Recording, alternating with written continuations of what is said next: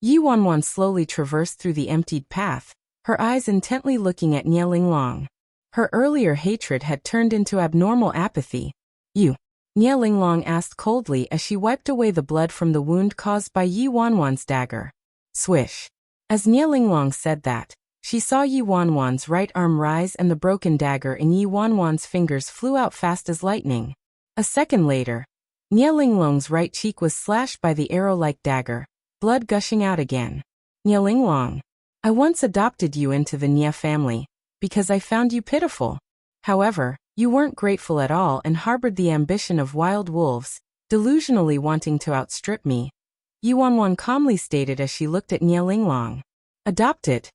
Nie Linglong suddenly sneered. Who do you think you are? What have you done for the Nie family? All these years, those two old geezers worried about you endlessly, but how do you deserve it?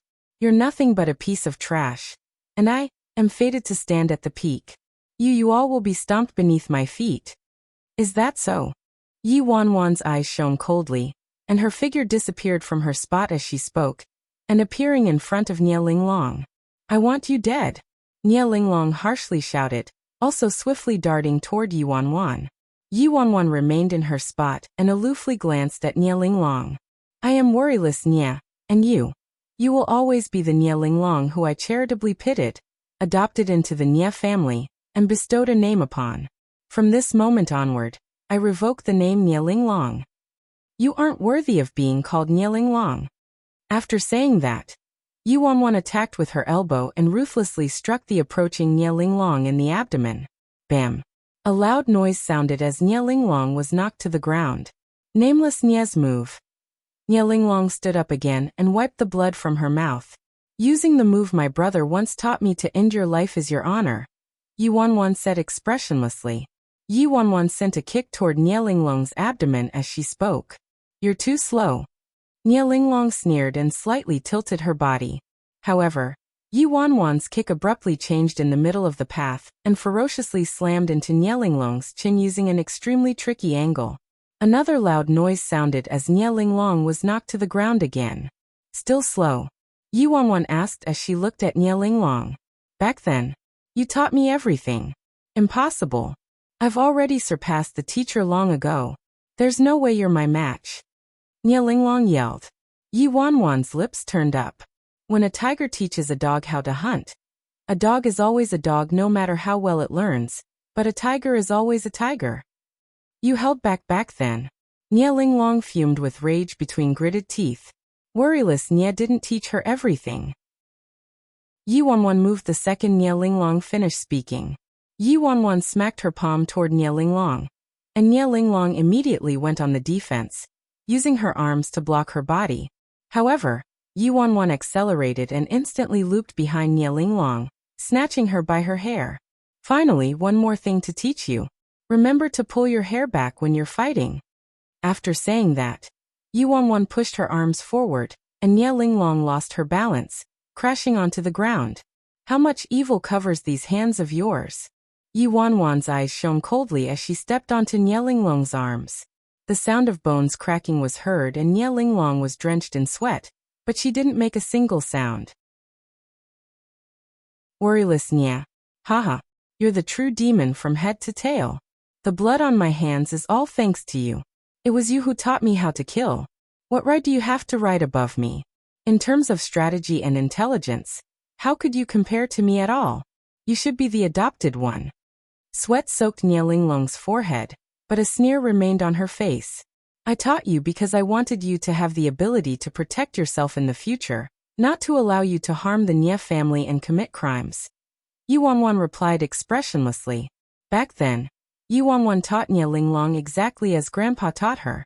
Her original intention was love, but how a person comprehended it relied solely on them.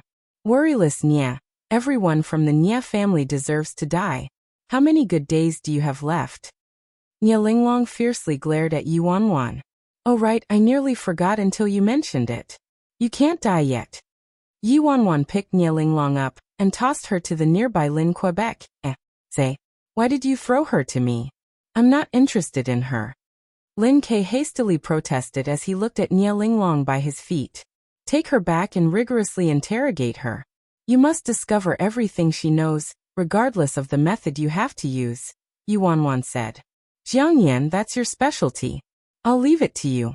Lin Ke turned to Jiang Yan next to him. Understood. Jiang Yan nodded and picked up Nie Linglong, about to leave by himself. Take more people back with you, Yuanwan instructed with a frown. This woman is already in this state. Do you think she could still threaten me? Jiang Yan might have been indignant inside, but he was still courteous on the surface. What if someone abducted her? Yuanwan asked.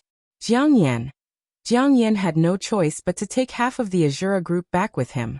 Yuanwan turned to the higher-ups and elders from the Nie family who were present and coldly asked, Am I qualified to become the head of the Nie family now? The Nie family higher-ups looked at each other. Yes. Worryless, actually, we were also deceived by Nie Linglong earlier. Who would have expected her to have the ambitions of a wolf? Thank goodness you exposed her true face in time, or else the consequences would have been inconceivable. A higher-up hastily said. That's right. We were also deceived. Yuanwan's lips curled up mockingly. Unfortunately, she couldn't displace these elders and higher-ups right now. She had to coordinate with second great-uncle and completely disintegrate their power in the Nie family first before she could punish them.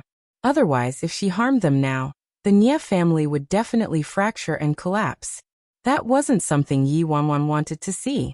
I know you were also deceived, but after all, you've committed a wrong, so you should be punished, Yuanwan said. Yes. Please punish us, matriarch. We'll comply with everything you say. All the higher-ups nodded frantically. However, Yuanwan wasn't in the mood to waste her words with these people right now.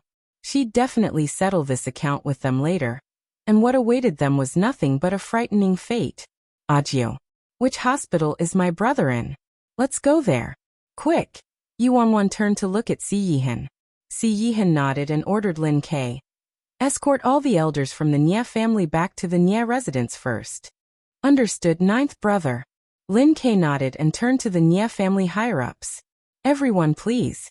They called it escorting, but in truth, Azura was restricting them. The members of the Nie family looked at each other, the higher-ups frowning involuntarily. They were higher-ups from the Nie family, but Lord Azura wanted to imprison them? What outrageous joke was this? Master, this is Nie family's business and Lord Azura is an outsider after all, so I don't think it'd be proper for him to interfere with our Nie family's family business, right? A Nie family elder asked, looking at Yuanwan. Yuanwan glanced at the elder who spoke. What's between Lord Azura and I is considered family business, while what's between you and I can only be considered official business. Understood? The Nie family higher-ups were rendered speechless. After saying that, Yuanwan quickly rushed toward the hospital with Si Yihan. Yuanwan was burning with anxiety, immensely worried about Nameless Nie's injuries and poison. In truth, with Nameless Nie's body constitution, his injuries should be considered superficial wounds, but the poison he was inflicted with could steal a person's life. Yuanwan didn't dare to think deeply about what would happen if something bad befell Nameless Nie. Faced with Yuanwan's incredibly anxious expression, Si Yihan merely kept her company silently. Regarding this situation, he wasn't clairvoyant and couldn't raise someone from the dead, so they could only listen to the doctor when it came to Nameless Nie's condition, and let fate take Nameless Nie wherever it would take him. Yuanwan stared at the hospital ahead a long time later, and turned to Si Yihan. He responded. Agio, is this hospital good? Yuanwan was brimming with worry.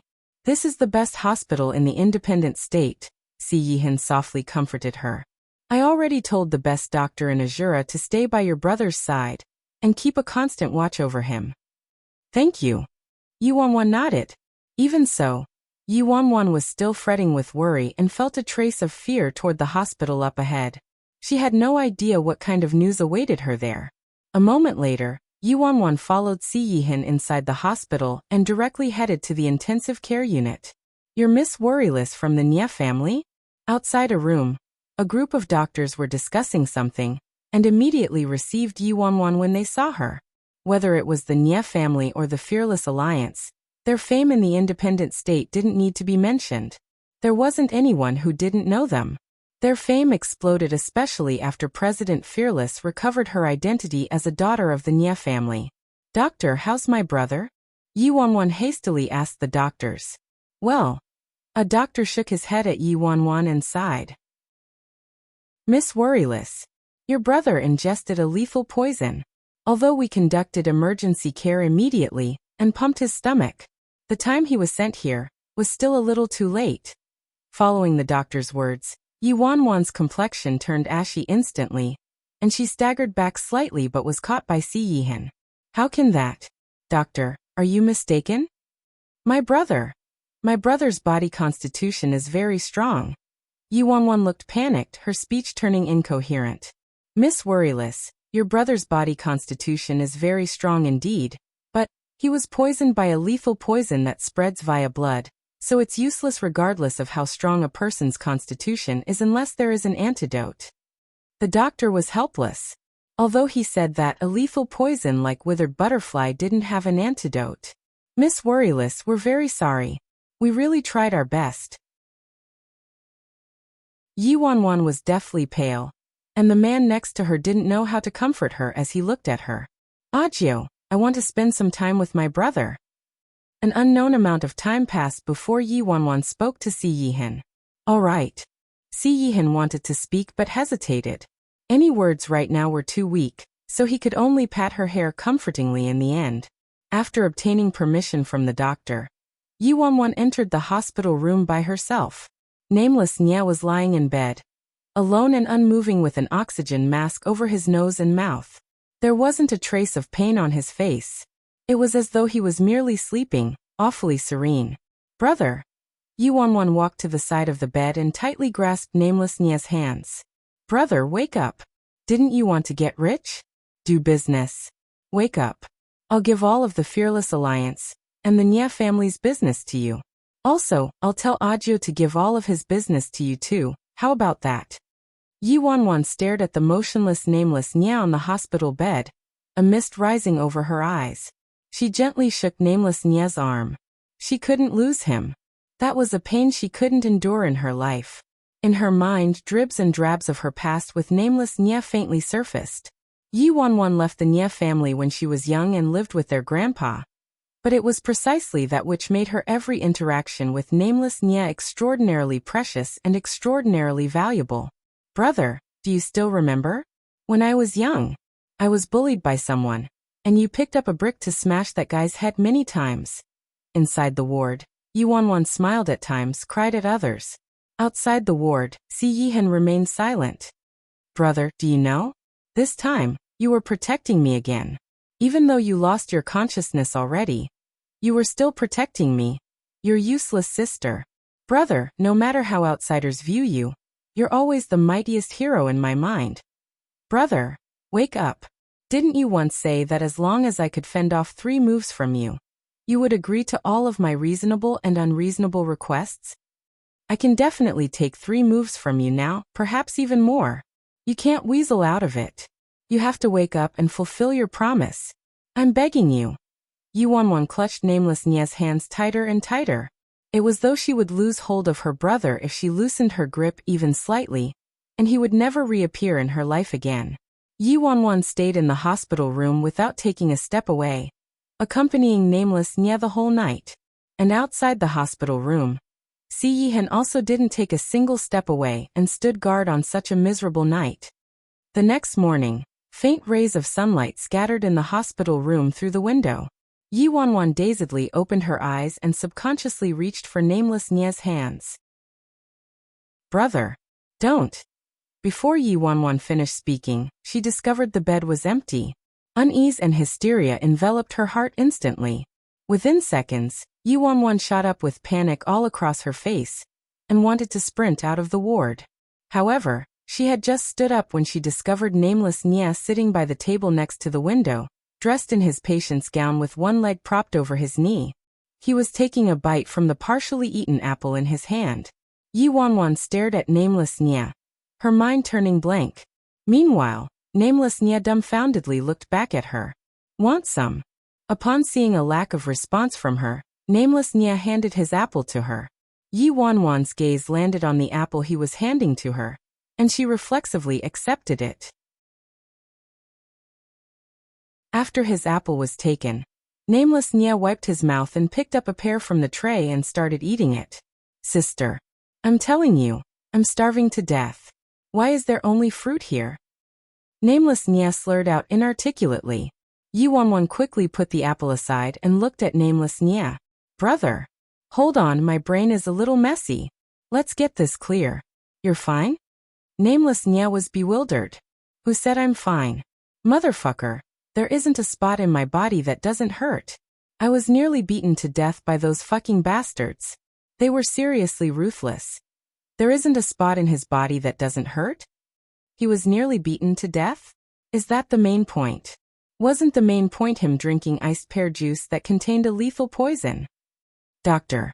Brother, don't move. I'm gonna go call the doctor. Yuanwan turned to sprint out. Nameless Nya instantly pulled Yuanwan back. Call a doctor?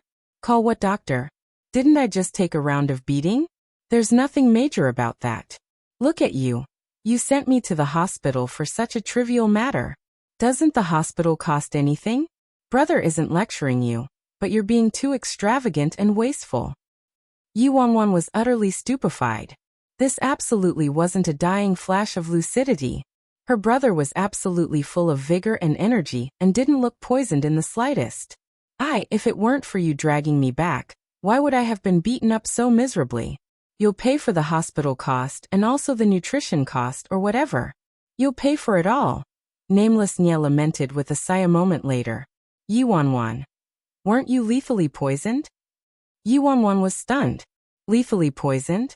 Which poison? Nameless Nya asked. It was withered butterfly. A 100% fatal poison. Yuanwan hastily answered. Did Nameless Nya get amnesia? Oh, I remember now. You're talking about that. Nameless Nya pursed his lips. I have a goo insect inside my body that eats every poison. I'm impervious to poison, alright? Forget about withered butterfly, but I'm not afraid of withered leopard either. Goo. Yuanwan slapped herself on the head. She actually forgot about Dead Man by Nameless Nya's side. She didn't know what goo insect was so fearsome to allow someone to become impervious to poison. However, seeing how Nameless Nya was so vigorous and lively despite falling victim to the lethal poison, withered butterfly, Nameless Nya must be telling the truth. It had to be said Nameless Nya's Dead Man was seriously a character. Back then, her love goo incident was all due to him too. Yuanwan stared at Nameless Nya as though she wanted to say something, but ended up staying silent. She took half a step forward and lightly embraced Nameless Nya. What are you doing? Nameless Nya glanced at Yuanwan. Brother. As long as you're fine. That's good, that's good. Yuanwan softly said, a smile beaming on her face. Damn, when did you turn so corny? I'm not prepared for this, or used to this, alright? Nameless Nya said. Yuanwan immediately let go of Nameless Nya and demanded coldly. Since you weren't poisoned, why did you tell me to run yesterday? Nameless Nya was baffled by her words. What nonsense is that? So many people wanted to kill us. If we didn't run, were we gonna stay and let them saute us for dinner? Then why did you clutch your stomach? Yuanwan asked. My stomach hurt. Nameless Nya replied matter-of-factly. Yuanwan freaking. His stomach hurt. Look, although I have a goo insect inside my body and am impervious to poison, there still needs to be a process. It's not some magic potion or elixir, and can eliminate all ailments. No matter how weak that withered butterfly is, it's still a fatal poison, and the goo insect takes time to eat the poison inside my body, so of course my stomach hurts. Nameless Nya spoke so clearly and logically that Yuanwan didn't know how to respond for a while. Say, why did you dawdle yesterday? I told you to run, but you wouldn't run. If you ran away, I would have run away already. My stomach was hurting to hell, but you still wouldn't run. You seriously screwed your dad over, no, screwed your brother over. Nameless Nya complained. Yuanwan. How should I respond to that? I was worried to death, afraid that something bad would happen to Nameless Nya, but in the end, he merely had a stomachache.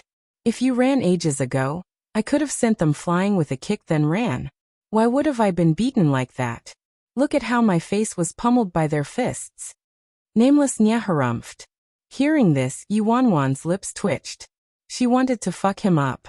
Yi Wanwan finally understood that she couldn't use normal logic to understand her brother. Before Yi Wanwan could say anything, the hospital room door was pushed open, and Si Yihan entered with 2 portions of breakfast in hand. Brother-in-law, you're finally here.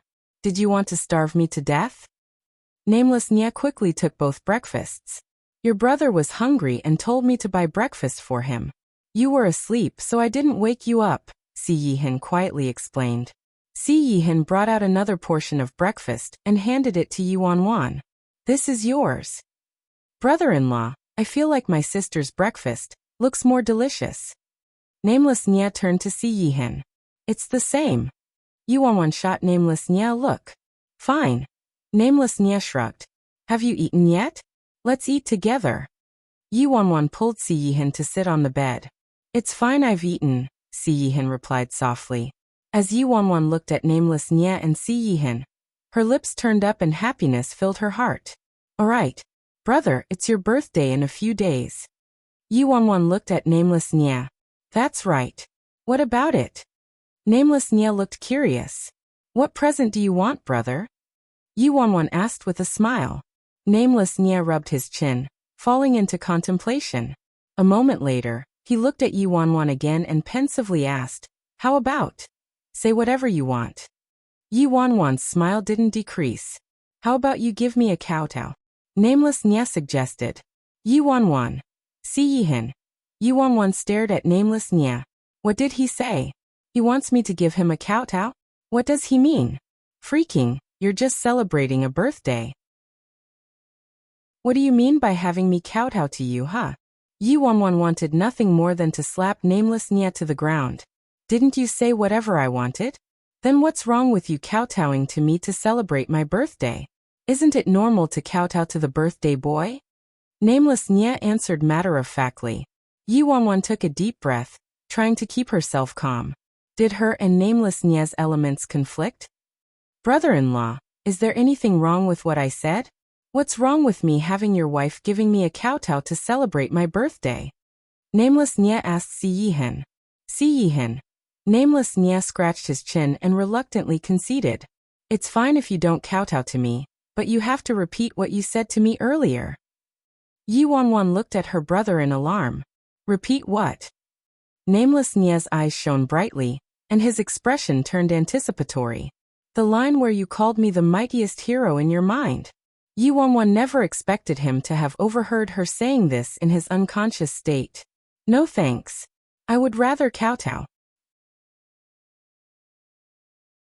Yi Wanwan never would have expected him to have heard everything she said last night. Forget it, I won't celebrate this birthday or make you kowtow to me. Nameless Nya looked at Yi Wanwan and Si Yihan and chuckled light. The two of you have to do well. Yi Wanwan. This seriously didn't sound like something Nameless Nya would say. Brother-in-law, from now on, I'll leave my sister to you. If you make her suffer the slightest grievance, you can ask about the prestige of me, Nameless Nya, in the independent state. Nameless Nya said with a harumph. Si Yihan. Yi Wanwan was exasperated. Ask about his prestige in the independent state? Does he have any prestige? Which faction would dare to seek out Nameless Nya's group for any mercenary missions? They were renowned for being unreliable and wouldn't do anything concrete despite adamantly demanding money. They should forget about this prestige thing. Ah, sister, look at this husband of yours. He's bad at expressing himself, so he's probably a reticent man. If anything happens in the future, you two must communicate in time. If he doesn't communicate with you, you have to go communicate with him. Got it? Nameless Nya lectured Yi Wanwan with a solemn expression. Alright, I got it. Yi Wanwan sighed. He really resembled a parent. Before Yi Wanwan could say anything else, she was startled. Brother, why is your nose bleeding? Nameless Nya reflexively pinched his nose and fell into deep thought when he saw the blood on his hand. Could it be there's too much blood in my body? Is it because I'm too strong? Yi Wanwan, forget I said anything. Shit, I accepted several mercenary missions earlier. I nearly forgot about them. Nameless Nya's expression abruptly changed, and he immediately pulled off his patient gown, looking around the room. Where are my clothes? Your clothes all got ripped and torn. So how could you still wear them? Yuanwan glanced at him. Damn. What should I do then? Nameless Nia's gaze landed on Si Yihan. Brother-in-law, how about you lend your clothes to me to wear for a while? I have something urgent. Si Yihan. I bought some for you. Yuanwan took out a new outfit from under the bed. I was afraid you wouldn't have clothes to wear when you woke up, so I had 7 Star specifically bring some here. The size should be right. After Nameless Nia finished dressing, he turned to Yuanwan and instructed, come home for dinner tonight. I'll cook. Then Nameless Nia fierily dashed out of the ward. Let's go back and rest a bit. A moment later, Si Yihan suggested to her. Yuanwan had been by Nameless Nia's side at the hospital, and barely closed her eyes. Mn, how about you come back to the Nia residence with me, and rest a bit? Yuanwan mockingly looked at Si Yihan. Sure. Si Yihan nodded. If you don't think any problems will happen with Nia Linglong. Yuanwan. I'll return to Azura first and come find you after I finishing taking care of the matter, Si Yihan said. All right, Yuanwan agreed. Indeed, Si Yihan had to head back to Azura to set her mind at ease regarding Nia Linglong. As for the Nia family, Yuanwan didn't plan to imprison Nia Linglong at the Nia residence since Nia Linglong's relationships in the Nia family were very intricate. If she was imprisoned in the Nia residence, Yuanwan couldn't anticipate what kind of situation might happen. If someone secretly played dirty and released Nia Linglong. After Si Yihan dropped Yuanwan in front of the Nia residence by car, he left. Seeing Yuanwan return, the Nia family guards immediately straightened their backs and nodded toward Yuanwan in greeting. Everyone in the Nia family knew about the matter with Nia Linglong, so worryless Nia naturally became the head of the Nia family now. After Yuanwan returned to the Nia residence, First Elder was the first to seek her out. Worryless, what's the matter with Nia Linglong? First Elder asked her with a deep frown. He previously felt something was amiss that Nia Linglong mobilized several elders and some of the Nia family's fighting force without informing him. Second great uncle, Nia Linglong brought people to kill my brother and me. Yuanwan answered. Right now, the only person Yuanwan could trust in the entire Nia family was her second great uncle aside from that real unreliable brother of hers. Hence, she briefed the whole story to him. After hearing Yuanwan's explanation, astonishment filled First Elder's face. Nia Linglong, that bastard, actually did something like that? First Elder yelled in fury. Thankfully, both Yuanwan and Nameless Nia were fine. Nia Linglong is now imprisoned in Azura. We just need to wait until we force the information of the mastermind out of her, Yuanwan said. Good, then I feel reassured. Also, all the higher-ups who participated in your killing this time will need to be punished, First Elder said after a moment of thought. Yuanwan nodded. That was for certain. Those higher-ups of the Nia family needed to be punished. However, as she said earlier, she needed to make them hand over their power first or else chaos would ensue in the Nia family. Yuanwan immediately started discussing a plan with First Elder. After they finished deciding on a plan, the night had turned dark. All right, worryless, I'll act according to plan first. Also, in the upcoming days it'd be best to dispatch more people to scout for information regarding your parents, as well as Nia Linglong. I think she's the most like suspect, First Elder said.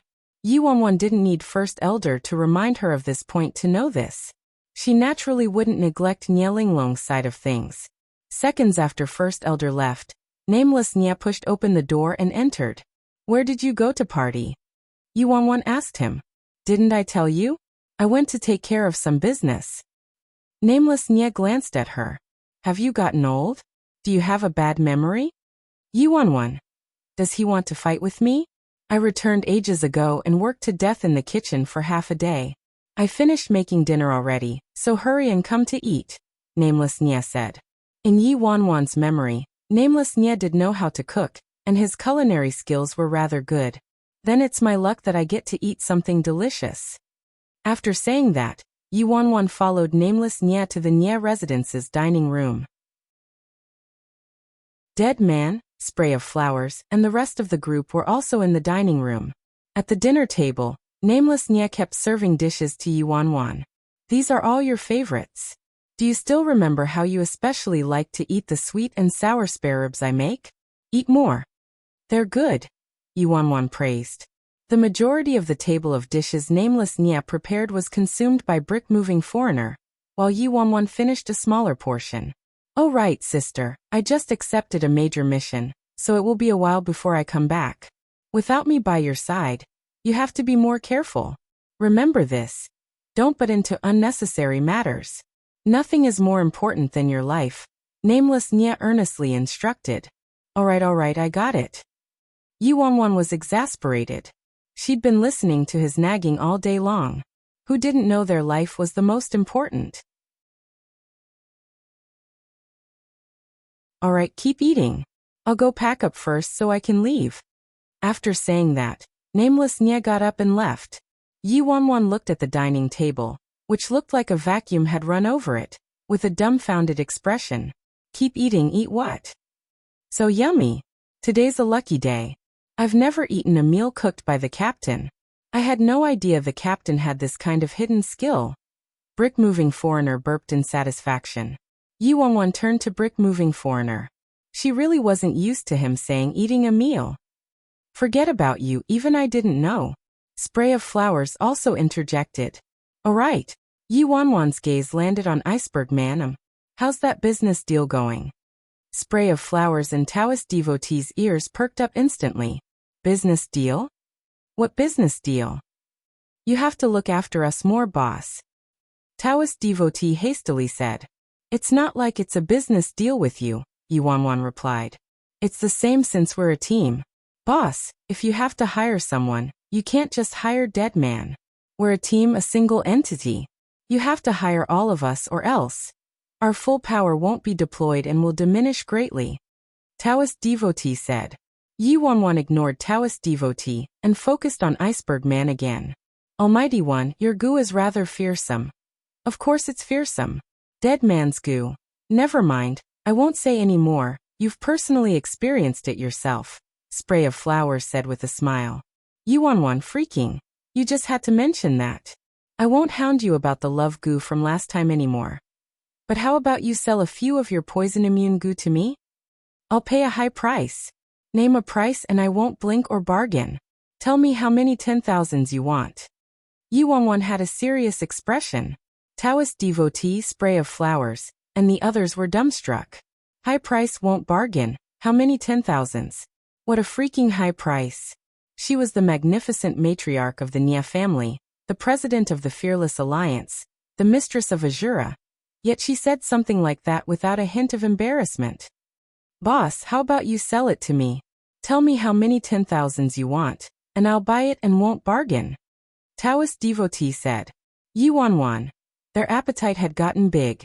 Previously, they'd be overrun with joy with just a few hundred or 1,000, but now, they weren't satisfied with a few 10,000s. Tykes, you've changed.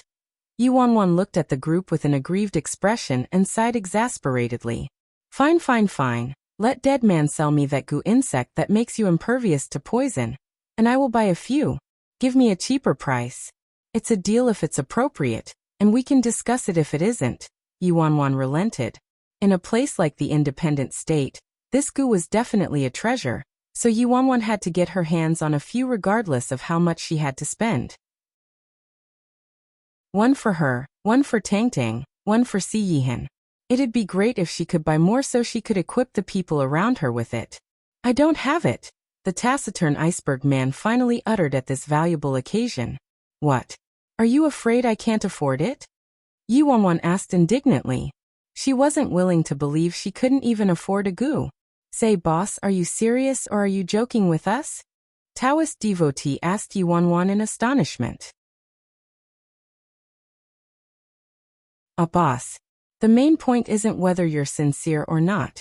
You're being too mystical. What is this goo that makes you impervious to poison? If you really had something like that, prescribe us a few. We'd buy it regardless of the cost. Spray of Flowers said.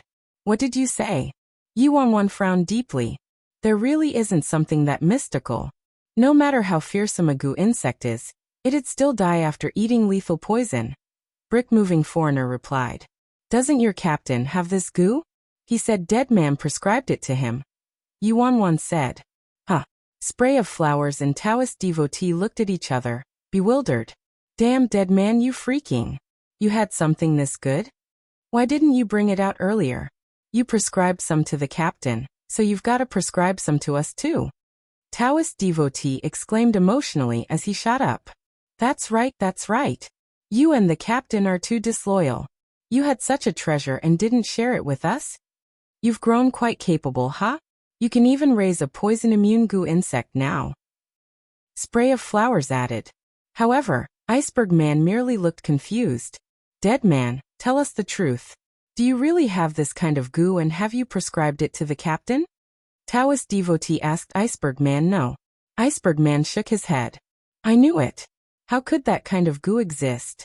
If it really did, piece of shit would have bought it at a high price ages ago. Read more chapters at Ist novel. Com. Don't you see how piece of shit carries something to test for poison with him, wherever he goes in fear of someone poisoning him? Taoist devotee nodded in conviction. Yuan's expression shifted as she stared at Iceberg Man. You really haven't given Nameless Nya a goo that makes someone immune to all poison? No. Iceberg Man shook his head.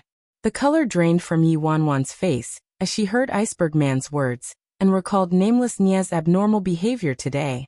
She immediately dashed out of the Nya residence. Thunder roared in spurts and a drizzle started. Yuan madly dialed Nameless Nya's phone, but no one answered. About half an hour later, she stopped by a towering piece of rock. When Yuan looked at the motionless Nameless Nya who was leaning against the rock, she froze in her spot, tears falling from her eyes without inhibition. The rain got heavier, making someone unable to differentiate her tears from the rain. Brother! Yuan threw her arms around Nameless Nya. A goo that made a person immune to poison didn't exist. Nameless Nya lied to her. Yuan finally understood why Nameless Nya kept nagging her today. Brother, wake up. Yuan sat next to Nameless Nya, but regardless of how loud she was, Nameless Nya didn't give any responses. Brother, you can't die. You can't die. I'm begging you. I'll kneel down in front of you. I'll kowtow to you. She knelt down next to him. Didn't you want me to kowtow to you? I'll kowtow to you. Right now, Nameless Nya appeared very peaceful and serene, so peaceful there weren't any movements from his chest. Wan. At that moment, the call on her phone connected. It was Si Yihan's voice. Audio. Yuan was bawling. What happened? Si Yihan sounded confused but serious. Help me. My brother lied to me. There isn't any goo that makes you impervious to all poison. My brother is gone. After uttering that last sentence, Yuan couldn't hold on anymore and her vision turned dark. She slipped down next to Nameless Nya with a plop and lost all consciousness. Time passed. It was akin to a moment but also akin to a century. During her unconsciousness, Yuan had a dream. In the dream, both Nameless Nya and her were in their youth and chasing each other while playing. Whenever she got into trouble, that boy would always stand up and stick up for her. Sometimes he'd beat the other person until they bled. Other times, they'd flee in panic from his thrashing. Nameless Nya, you could have ignored me. Who told you to play the hero every single time? The girl coldly snorted as she looked at the ragged-looking boy wearing a t-shirt. The boy smiled faintly. Your martial arts skills are a lot weaker than mine. If I don't help you, who else would help you? Don't think that I want to stick up for you, but TCH, who told you to be my younger sister? Brother. Suddenly, Yuan's eyes shot open. Her body was soaked by her sweat. Si Yihan was by her side. His expression turned complicated when he saw Yuan waking up. Spray of Flowers and Taoist devotee were looking at Yuan as though they wanted to say something, but ended up not being able to speak a word. Audio, where's my brother? Yuan snatched Si Yihan's warm hand, her expression helpless. Wan. Si Yihan didn't know what to say. Yuan's helpless and panicked state was a thorn in his heart. Mommy! Tang, who was in the corner, swiftly dashed forward and hugged Yuan. Tang Tang. Baby, tell mommy. Where's your uncle? Yi Wanwan tightly clutched her son, tears streaming from her eyes. Mommy. Uncle, he accepted a big job and went on a long trip. Tang Tang's voice was slightly trembling. As Si Yihan watched Yi Wanwan and their son Tang Tang, his eyes coldly glinted. Discover the culprit at all costs.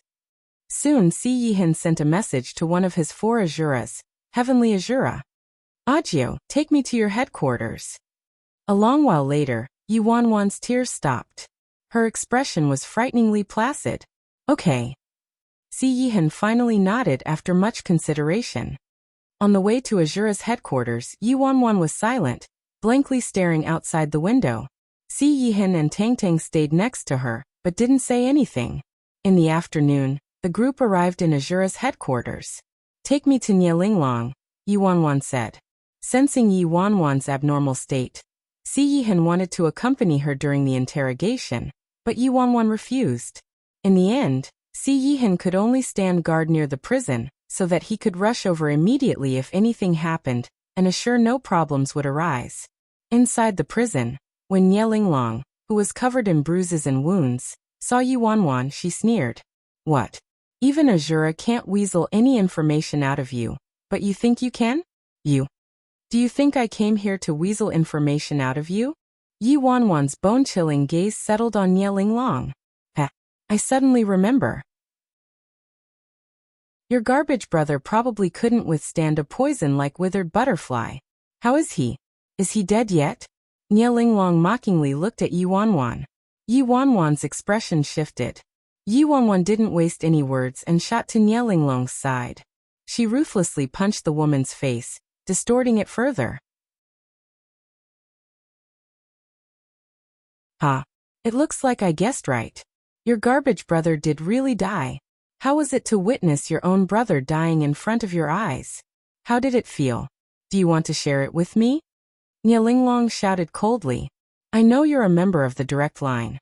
I will only ask this once. Yi Wanwan expressionlessly stared at Nielinglong. Who is the mysterious man you met last time? Also, what is the direct line's objective? You want to know? Can't you go and investigate it yourself? Nielinglong cheerily retorted. One last question. Where are my dad and mom? Did you do it? I'll only give you one chance. Yi Wanwan continued icily. Are you talking about those 2 old geezers? Of course it was me.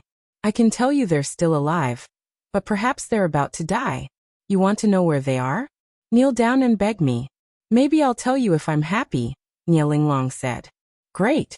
Yi Wanwan nodded. I gave you the chance. It was you who didn't treasure it. Everything will end now. As she spoke, she pulled out a dagger from her side. What a joke. You dare to harm me. Nielinglong wasn't frightened in the slightest. If I die, you'll never get any information regarding Madame Nia and Patriarch Nia. Also, the direct line will soon launch a war on the independent state. You dare? So what if she was captured? Nielinglong absolutely didn't believe they dared to take her life away. She was too important. Nielinglong had just finished speaking when the chillingly glinting dagger in Yi Wanwan's hand pierced into Nielinglong's left arm. Nielinglong's tragic howl quickly followed. A second later, Yi Wanwan expressionlessly pulled the dagger out and pierced Nielinglong's right arm next. Have you gone crazy? Nielinglong's complexion was pale, and the intense agony caused her face to further contort. Has this woman gone crazy? Is she really ignoring the fate of the independent state and her parents? She actually dares to treat me like this. Yi Wanwan stared at Nielinglong without a word. She grabbed Nielinglong by the hair and gently placed the icy dagger against Nielinglong's neck. Brother, a mist covered Yi Wanwan's eyes. I've avenged you. The next second, Yi Wanwan put force in the dagger and broke the skin on Nielinglong's neck layer by layer. Worryless Nia, you lunatic. At that moment, Nielinglong finally felt a fear she had never felt before overcoming her. In her memories, worryless Nia was indeed a lunatic. She could ignore all the consequences and do every crazy thing that no one would expect. Sister, I'll talk. I'll tell you everything. Before Nielinglong could finish speaking, her mouth was covered by Yi Wanwan. Nie Linglong fearfully looked at Yi Wanwan but couldn't spit out a single word. Shoo. Yi Wanwan made a silencing motion at Nie Linglong. Don't talk. I already gave you a chance to speak earlier. It was you who gave it up, no? Nie Linglong frantically shook her head. She was afraid. The drape of death caused her to incessantly shudder. You killed my brother. You won't be the only one. Every person behind you will also be buried with my brother. Then Yi Wanwan slashed the dagger across Nie Linglong's neck without any hesitation. As Yi Wanwan watched Nie Linglong breathe her last breath, her face turned colder, and she tossed the blood-stained dagger to the side. At that moment Si Yihan, who had heard the odd noise coming from the cell, opened the cell door and entered. After seeing the lifeless Nie Linglong, his gaze landed on Yi Wanwan. Yi Wanwan looked like she was a crazed, bloodthirsty demon who had climbed out from the pits of hell. Her bone-chilling gaze caused Si Yihan's heart to ache immensely. Si Yihan walked toward Yi Wanwan immediately, gently pulling her into his arms. Ajio. Yi Wanwan deeply burrowed her head in his arms. Si Yihan could feel her tears soaking his shirt. Si Yihan quietly replied. Ajio. I miss my brother. I miss him. A second later, Yi Wanwan tightly hugged Si Yihan, trembling in his arms slightly. He was your mightiest hero, Si Yihan softly whispered. At Azura, Tang Tang and Si Yihan kept Yi Wanwan company without leaving her for a second. After several days, Yi Wanwan's mood finally improved. That same day, Yi Wanwan returned to the Nie residence. The Nie family had been cleansed entirely, and the power of all the higher-ups who participated in Yi Wanwan and Nameless Nie's attempted murder had been handed to her second great-uncle, the Nie family's first elder. Yi Wanwan didn't expect her second great-uncle to act so swiftly or eliminate all of the borers in the Nie family in such a short amount of time. Worryless, actually this had nothing to do with me. Second great-uncle sighed. Yi Wanwan frowned, unable to understand him. It was only these 2 days that I learned. In truth, when your elder brother returned that day, he swiftly and decisively took care of all those higher-ups and elders, and also withdrew all of their power, second great-uncle explained. It was brother, was it? Yi Wanwan's lips turned up in a bitter smile. That's right, it was my brother again. That day, he hastily left the hospital, saying something about accepting a big job. Her elder brother was a liar, a giant liar from head to toe. On the rear mountain of the Nie residence, there was a burial mound. As the sun set in the west, it scattered golden-yellow rays on this spot, creating a warm environment. Yi Wanwan held up 2 jugs of liquor as she sat in front of the grave. Brother, this is your favorite liquor. An indescribable smile hung on Yi Wanwan's lips as she downed the jug of liquor in one go before pouring the other jug on the ground. Brother, does it taste good? Yi Wanwan murmured softly. Brother, here's your other favorite thing. Yi Wanwan picked up a brick of gold and buried it in the ground. Soon, the liquor hit her and a crazy smile appeared on her face as she sat in her spot. Involuntarily, the scene of her first meeting with Nameless Nie back in China surfaced in her mind, along with the dribs and drabs that followed. Nameless Nie made her temporarily act as Tong Tong's mommy and shoved Tang Tang into her care. Then he participated in some mission completion reality show and sent a TV, a fridge, and the other household appliances he won to her as Tong Tong's living expenses, which eventually led to him being banned from all the mission completion shows. In her state of sobriety and intoxication, 2 streams of tears slid down her face.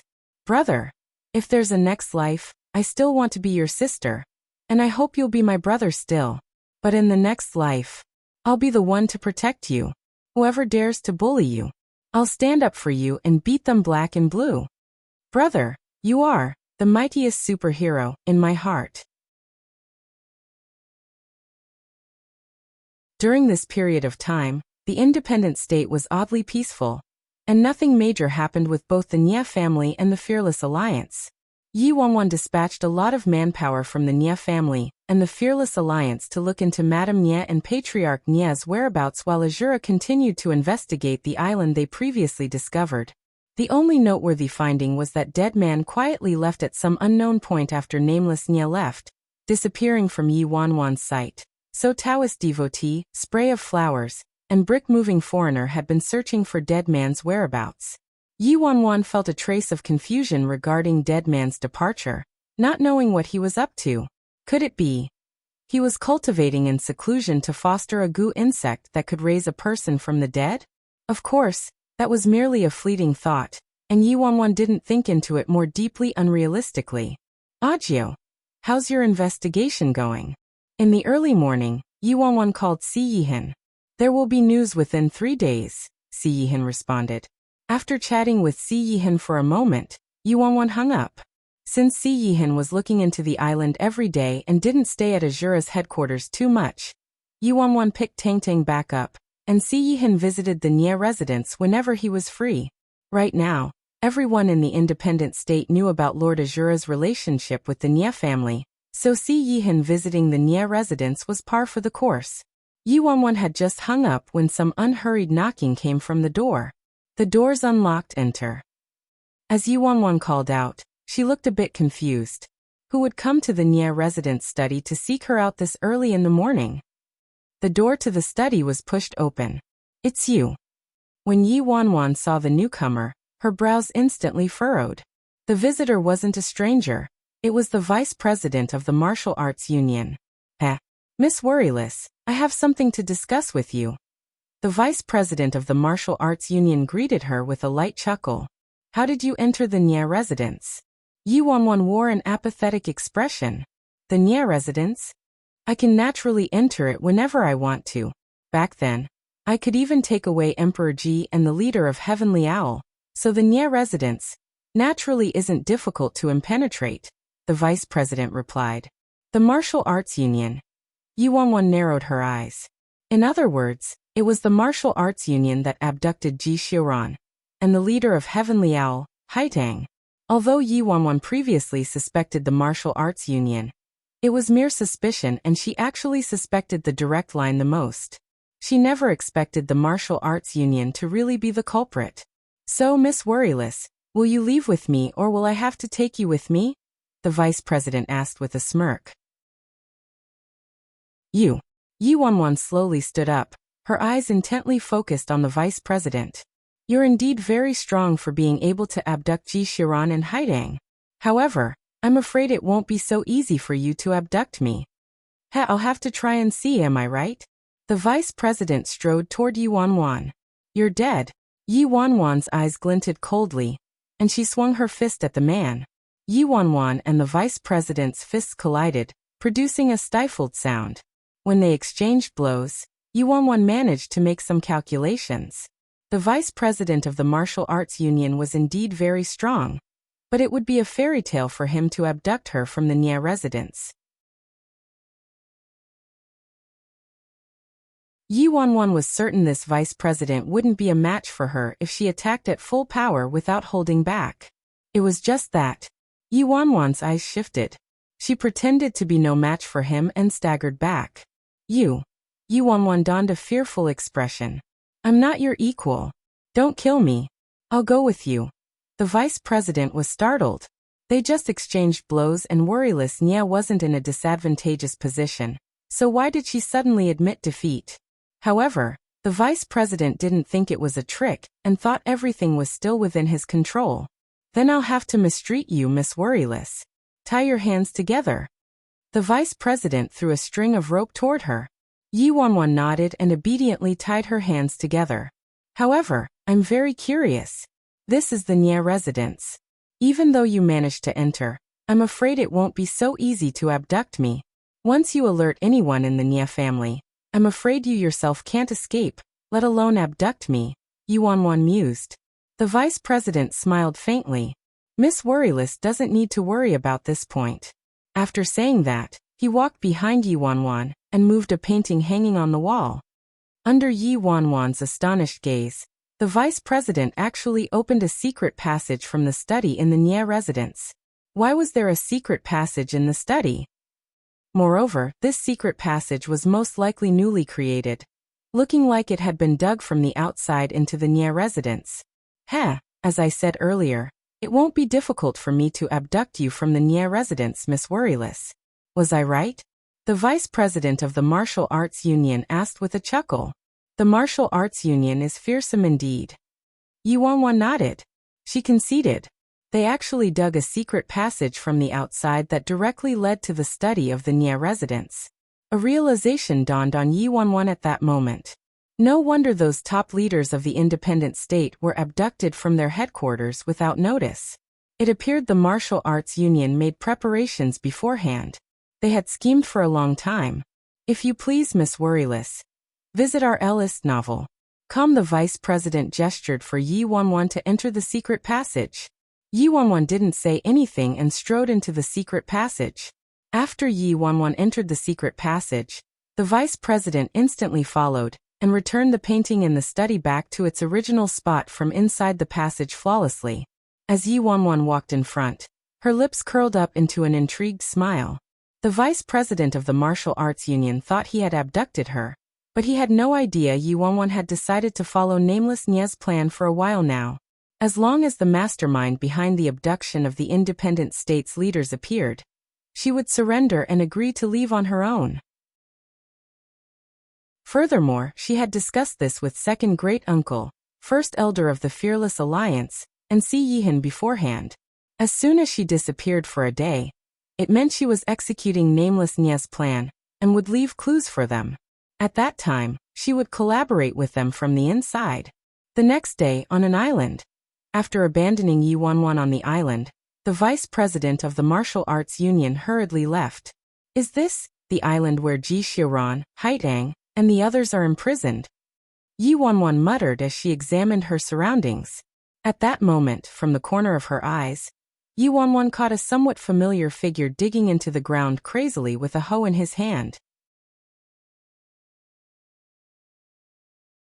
Yi Wanwan inspected the somewhat familiar figure, her brows furrowing. Why did that figure resemble Xia? No way. Why would Xia appear in this kind of place? Yi Wanwan strode ahead suspiciously. The man had an unkempt appearance with dirt pasted to his face, so Yi Wanwan couldn't be certain. Xia. Yi Wanwan furtively called to the man. The man with the hoe instantly reacted and reflexively turned to Yi Wanwan. Why you? It's you. Xia looked more stunned than Yi Wanwan when he saw her. Yi Wanwan dumbfoundedly stared at the man in front of her. How did Xia get to this state?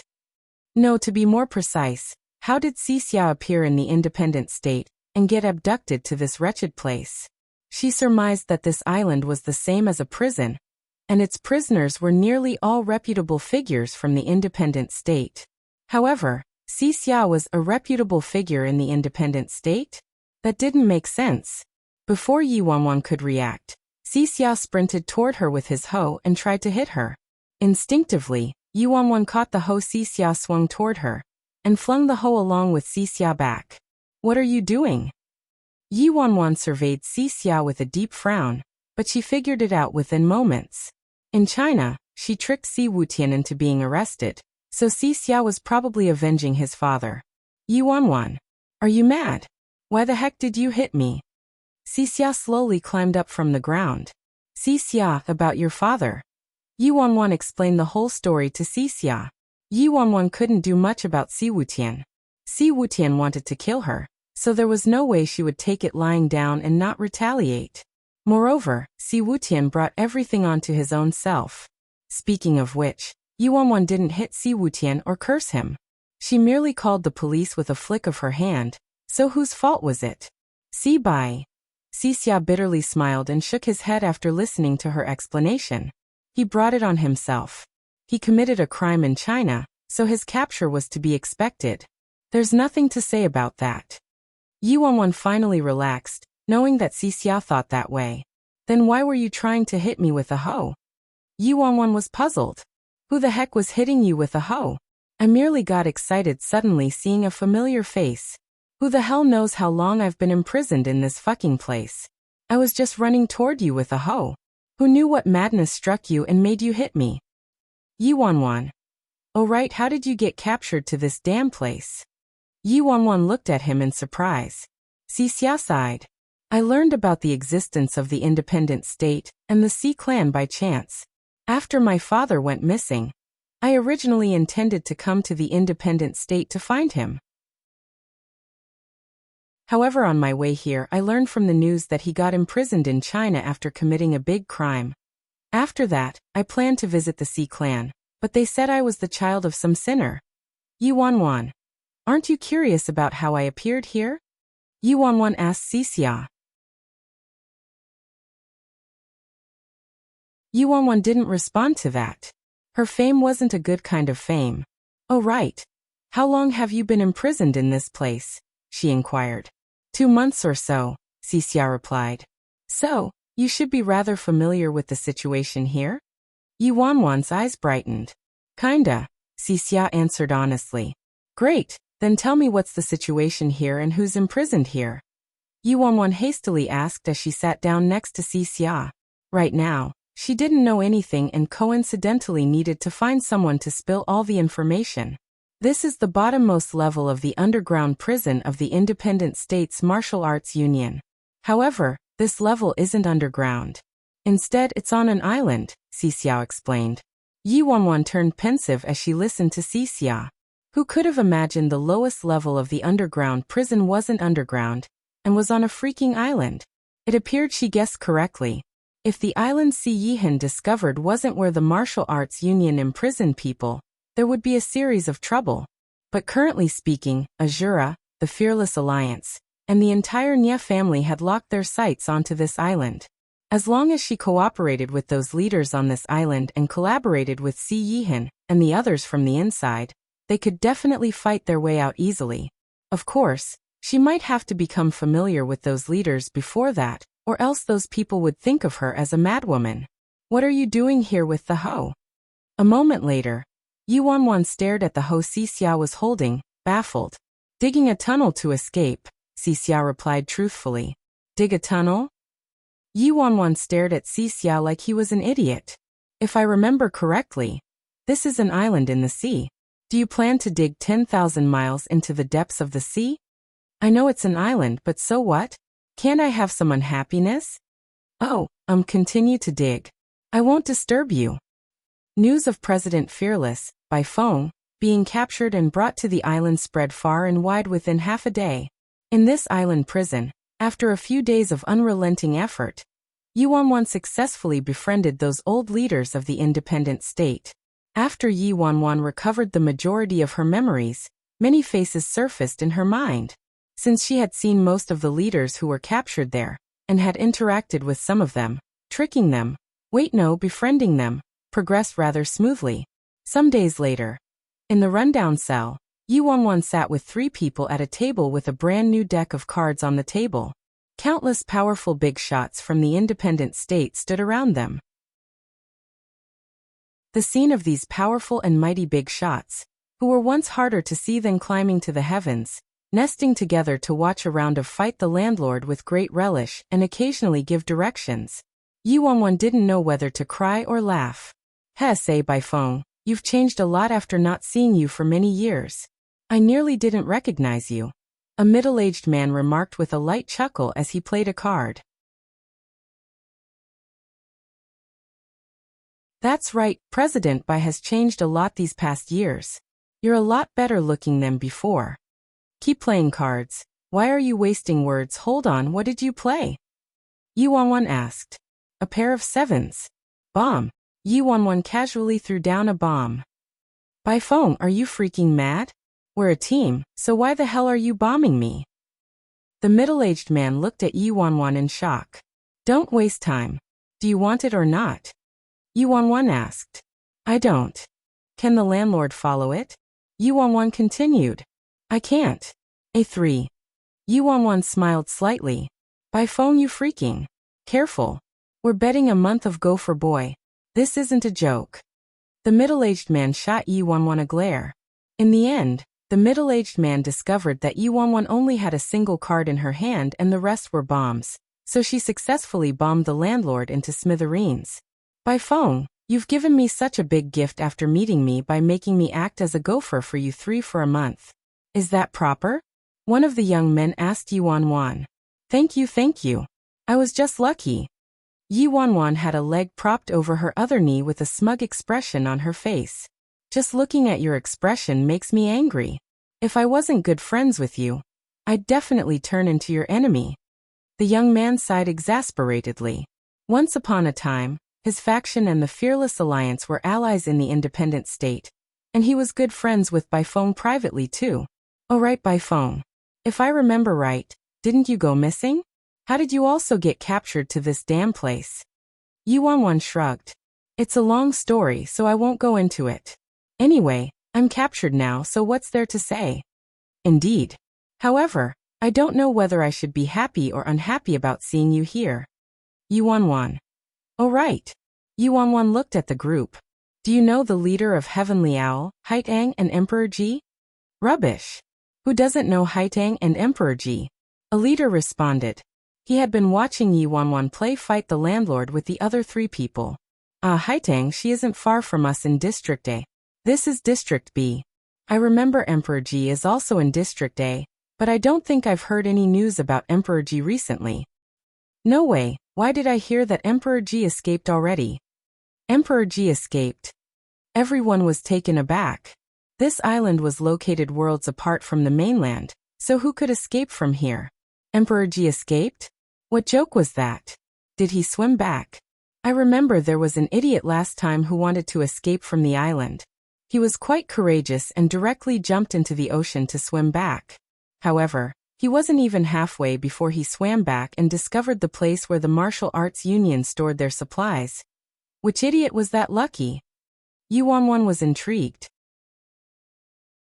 I think he's called C something. Was it summer or autumn one? I can't remember. Yuanwan. So the cards we're using right now are from that storehouse? Yuanwan inquired curiously. Precisely. We were captured here to be prisoners. Do you think someone would throw in a deck of cards for us to play with? Aside from cards, there was also a lot of medicine and some other random stuff. Anyway, that lad did a good deed. Yuanwan turned pensive. Compared to the supposed storehouse they found, what Yuanwan cared about more was the news that Ji Xiran escaped from the island. When she was being transported to the island, she observed that even the boat ride took a long time, so how did Ji Xiran escape? Before Yuanwan could think deeper, a woman whose long hair reached her waist entered. When the woman saw Yuanwan, astonishment entered her eyes, and she called, Xiaofeng. Yuanwan immediately looked back. The newcomer was none other than Haitang. When Yuanwan first arrived in the independent state, and pretended to be President Fearless, she once met Haitang at a gathering between the major factions. Although Haitang acted very passionately back then too, Yuanwan hadn't recovered her memories yet, and had no idea who Haitang was, so she didn't converse with Haitang for too long, and made up an excuse to leave. However, upon seeing Haitang again now, Yuanwan's emotions were different from before. This woman was her best friend in the independent state, and she was both a teacher and a friend. When the Fearless Alliance was first founded, she received valuable assistance from Haitang. Haitang's here. Gimme a kiss. A leader's eyes sparkled when he saw Haitang. Scram. Visit our Ellis novel. Calm Haitang shot a look at the man who spoke before pulling Yuanwan and dragging her outside. Haitang, you're still so violent and tyrannical. I'll love you till I die. Yuanwan, is love all he has in his head? Can't he take a look at his circumstances first? A boss is seriously a boss. They have extraordinary idiocy. Soon, Yuanwan followed Haitang to the island's District A. From Haitang's description, Yuanwan learned that this island was divided into 3 major districts, A, B, and C, and the people of each district typically didn't interact with other districts and rarely ran into other people. District A was where Haitang and her group were located while Yuanwan was previously at District B. As for District C, it was much farther away on the other side of the island. How did you get captured here? Haitang hastily asked Yuanwan. Forget about that right now. Haitang, where's Ji Xiran? Yuanwan pressed. Xiran has left the island already, Haitang responded. Yuanwan was dumbfounded. He really escaped. How did Ji Xiran do it? No way, right? How did he escape? Yuanwan asked. Who do you think Ji Xiran is? They wanted to trap him on this little island? I'm afraid it's not so easy, Haiteng answered. There was no follow-through after Ji Xiran escaped? Yuanwan was puzzled. With Ji Xiran's personality, he shouldn't have abandoned his friends. Ji Xiran said the martial arts union might not have any intentions of harming us, so he told us not to worry for now, Haiteng said. Ji Xiran's logic is rather unique. The martial arts union imprisoned us on this island already, yet he thought they still don't have any intentions of harming us? However, on second thought, why didn't the martial arts union directly kill them but imprison them on this island instead? What was the martial arts union's objective for doing this? Alright, here's a letter for you. Ji Xiran told me to give it to you. Haiding pulled out a letter and handed it to Yuanwan after a moment of thought. No way, right? Ji Xiran knew I would get captured here? Yuanwan was astonished. Don't tell me Ji Xiran is a clairvoyant. It wasn't that he foresaw you getting captured here. It was just that I needed to hand this letter to you whether you came here or I eventually escaped, Haiteng explained. Yuanwan didn't dither and open the letter. It had to be said that Ji Xiran's handwriting was outstanding. In contrast, her handwriting was composed of scribbles. You mustn't investigate the matter relating to the direct line anymore. Remember that. In truth, I don't have a grand dream. I just want a plot of good field and a simple life. I want to engage in small business and live plainly. These brief words were enough to make Yuanwan dumbstruck in her spot. He told her to stop investigating the direct line, and also mentioned a plot of good field and a simple life. Could some celestial being come down from the heavens and tell her what Ji Xiran's letter meant and what he wanted to convey? Why didn't he want her to investigate the direct line? Furthermore, what the heck did a simple life mean? She didn't understand it at all, alright? And even if there was a reason behind this, he should have at least informed her of the reason, right? Upon seeing Yuanwan's peculiar expression, Haiteng asked curiously, "What is it? What did he write?" "Haiteng, you didn't read Ji Xiran's letter to me?" Yuanwan responded. Haiteng shook her head.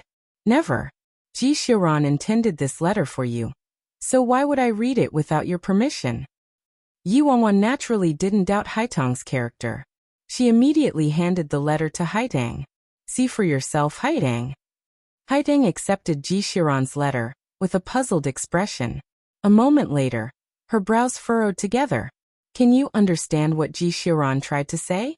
Yuanwan asked the other woman. I really don't." Haiteng shook her head. Why did Ji Xiran mention the direct line out of nowhere? Moreover, what did a plot of good field, conducting some business and living simply mean? Those words didn't seem to connect to the earlier instructions for Yuanwan to stop investigating the direct line at all. Yuanwan sighed exasperatedly. Was Ji Xiran giving her a decryption game? Unfortunately, her intelligence was limited and she seriously couldn't figure out what information Ji Xiran was trying to give her. Truthfully, couldn't he have spoken more straightforwardly? Did Ji Xiran leave any other words for me? Yuanwan inquired. Not really. However, during his deduction, I think Ji Xiran mentioned there had to be a mysterious person who formed a connection with the direct line behind the scenes, and that mysterious person most likely isn't a member of the direct line. Instead, he must be in the dark giving directions, and perhaps even using the direct line to accomplish something. Haiteng answered after some thinking. A mysterious person? Yuanwan was pensive. Was it the mysterious person who third elder said Nie Linglong had gone to see in the middle of the night?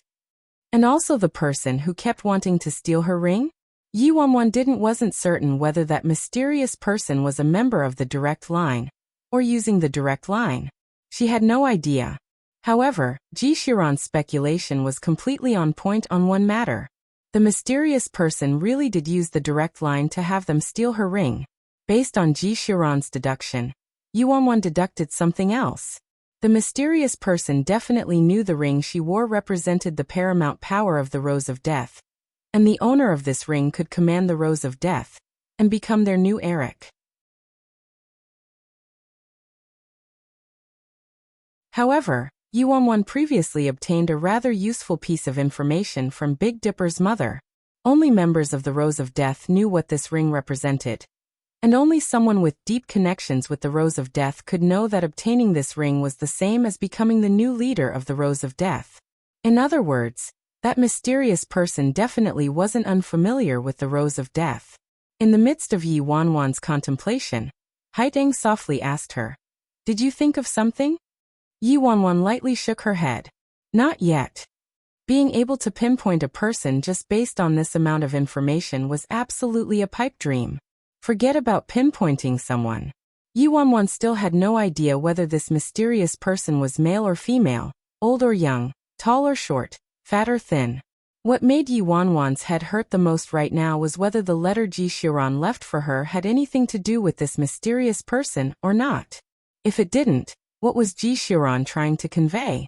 If it did, what was the meaning and what was the goal? Yi Wanwan felt her head swelling like a balloon. "Haideng, are there any other clues?" Yi Wanwan asked Haideng. Right now, every minute thing that Ji Xiran left behind could be a vital clue, so Yi Wanwan didn't want to overlook any useful information. During Ji Xiran's deduction, he was in a flustered state and was even agitated. He wrote down many things but shredded everything, Haideng answered. "Are the shreds still here?" Yi Wanwan hastily questioned.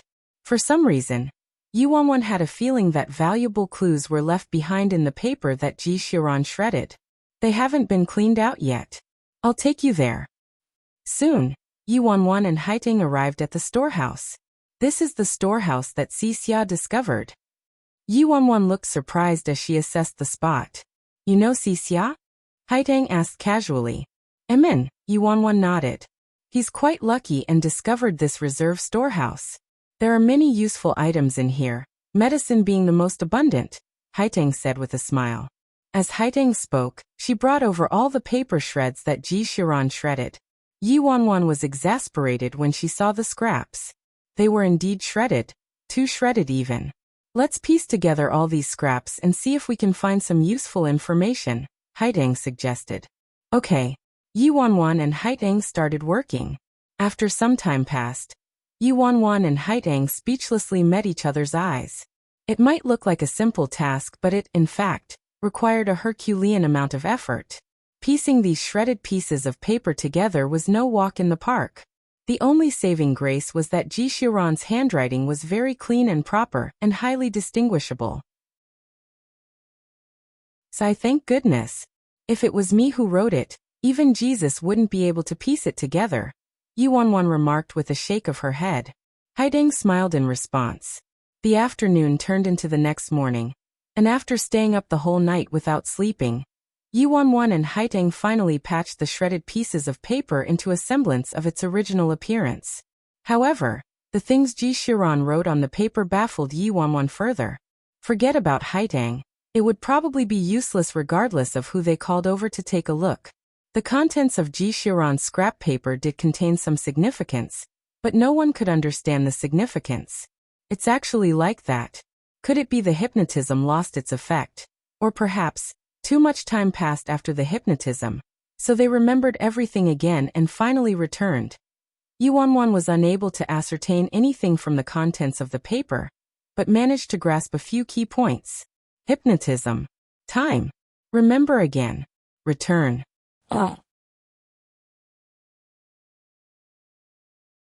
Yi Wanwan and Haideng studied the pieced-together paper for half a day, but unfortunately couldn't glean any clues from it. The sky was turning dark, so Haideng could only escort Yi Wanwan back to District B first and give the matter further thought. When the duo arrived at the entrance of the prison, they ran into Xia, who was returning with his hoe.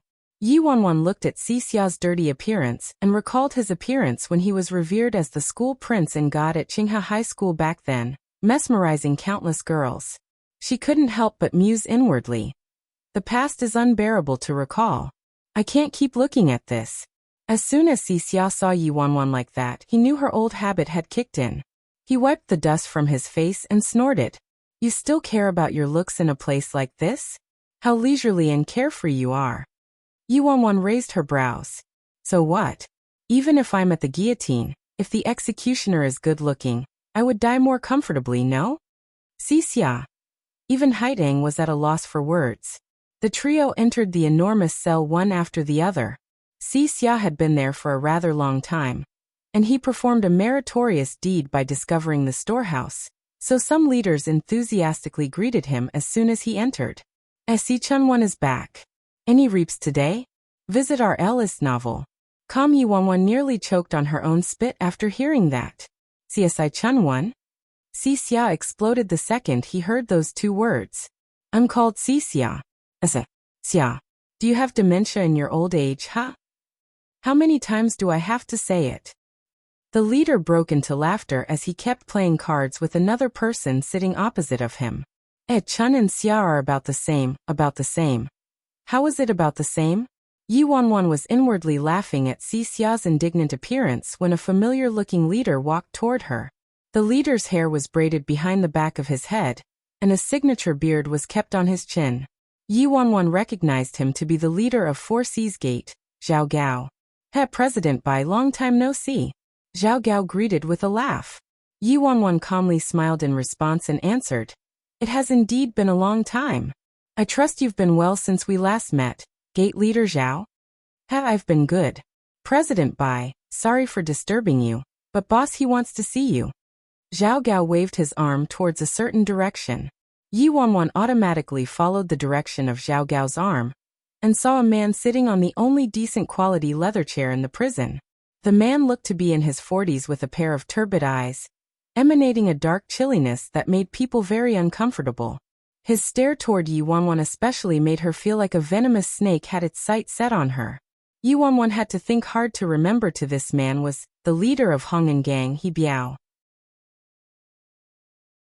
Hong'an Gang didn't possess a great advantage over other famous gangs in terms of overall strength, but He Biao had an elite assassin squad under him whose reputation shook the entire independent state, so no one dared to trifle with him. This squad was passed down to every leader of the Hong'an Gang. In fact, a vice president of the Martial Arts Union once died at the hands of this assassin squad.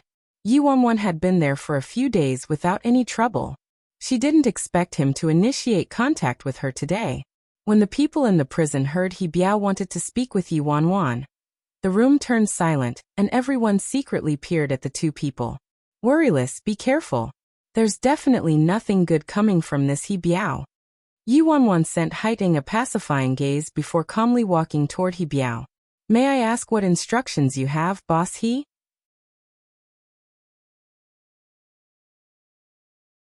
He Biao churlishly leaned back in his chair, his eyes unscrupulously running up and down Yiwanwan's body.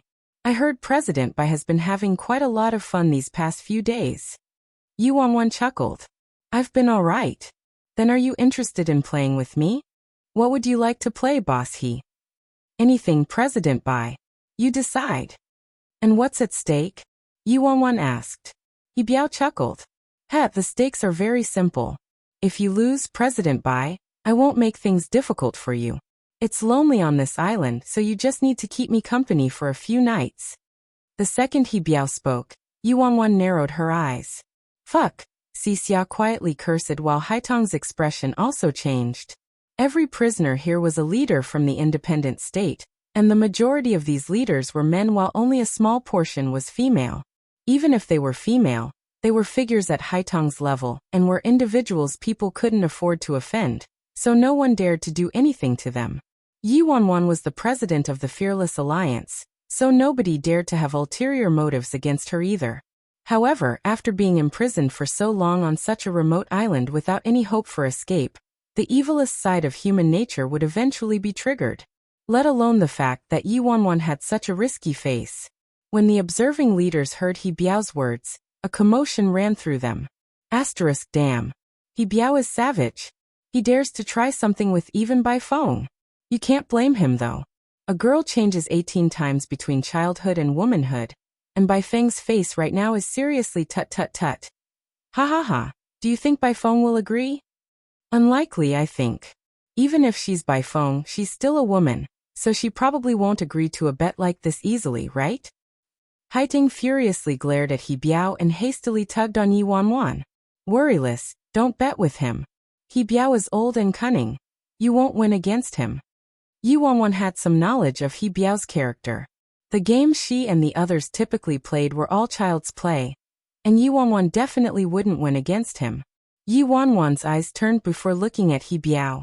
Gang leader He, you said I could choose whatever wager I wanted, right? He Biao smiled cunningly. That's right, you can decide the wager, but the precondition is that the wager must be absolutely fair. Yi Wanwan inwardly sneered. He was old and cunning indeed. All right, I'll bet with you, Yi Wanwan agreed. An uproar erupted in the area. Worryless, are you mad? Haidang exclaimed. Xixia also didn't expect her to actually agree. Damn crazy woman. Why the hell did you agree? Do you know who this guy is? In all the time he's been here, he's never lost. He Biao's gaze filled with excitement and interest as he looked at Yi Wanwan and clapped his hands. Seeing this for myself is better than hearing the legends. President Bai is courageous indeed. Yi Wanwan glanced at Haitang and Xixia. You two don't be so rankled, all right? Maybe I'll win. Xixia was boiling with fury. Win your ass. I told you this guy is old and cunning. Don't you yourself know He Biao's abilities? Yi Wanwan clapped Xixia on the shoulder. Calm down, calm down. It's not like you're the one sleeping with him if I lose. Moreover, what a coincidence, I've also never lost. You Xixia started. He Biao's eyes glinted. Then shall we begin now? Yi Wanwan paused for a moment before asking. Hold on, if I lose, I keep you company for a few nights, but what if I win? He Biao seemed to have zero expectations of Yi Wanwan winning, so he was startled upon hearing that. What do you want? Yi Wanwan's eyes ran over He Biao's waist before she said. If I win, I want your white tiger seal.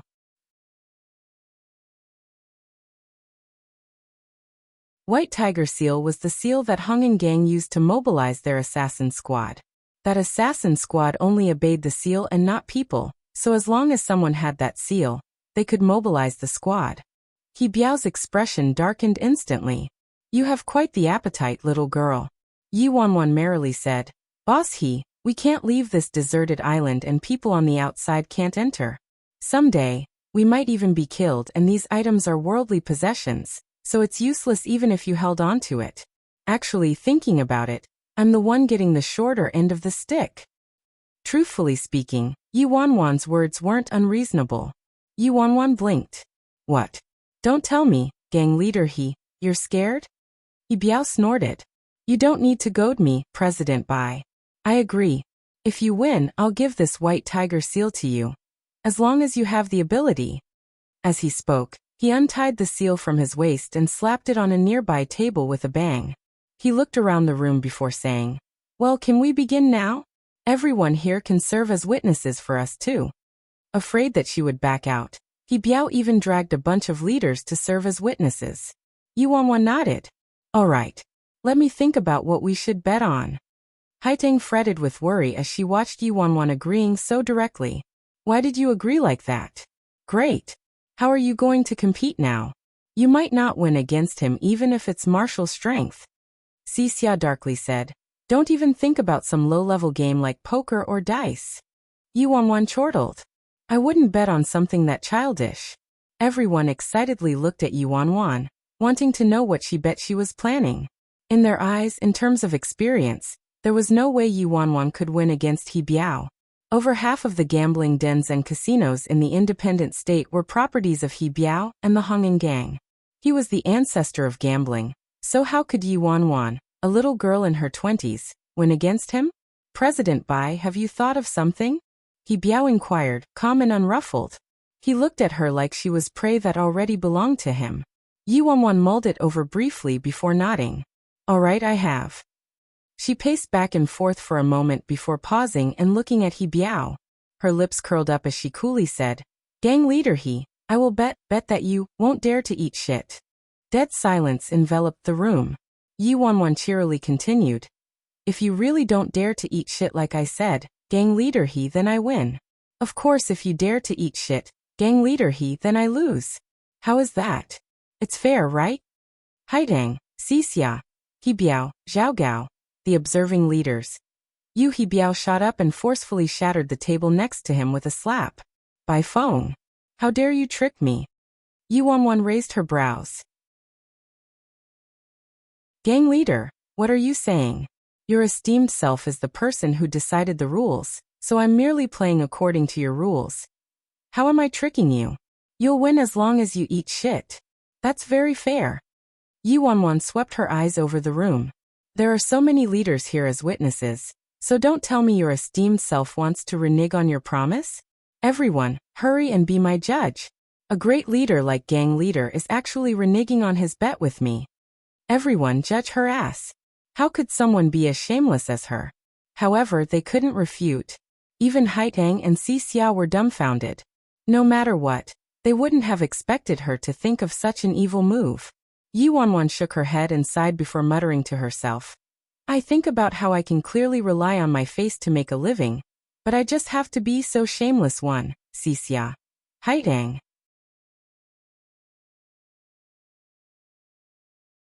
He Biao stared at Yi Wanwan darkly. He never expected this woman to be so crafty. The gambling He Biao originally referred to as normal gambling like poker and mahjong, which was why he told Yi Wanwan she could choose whatever she wanted.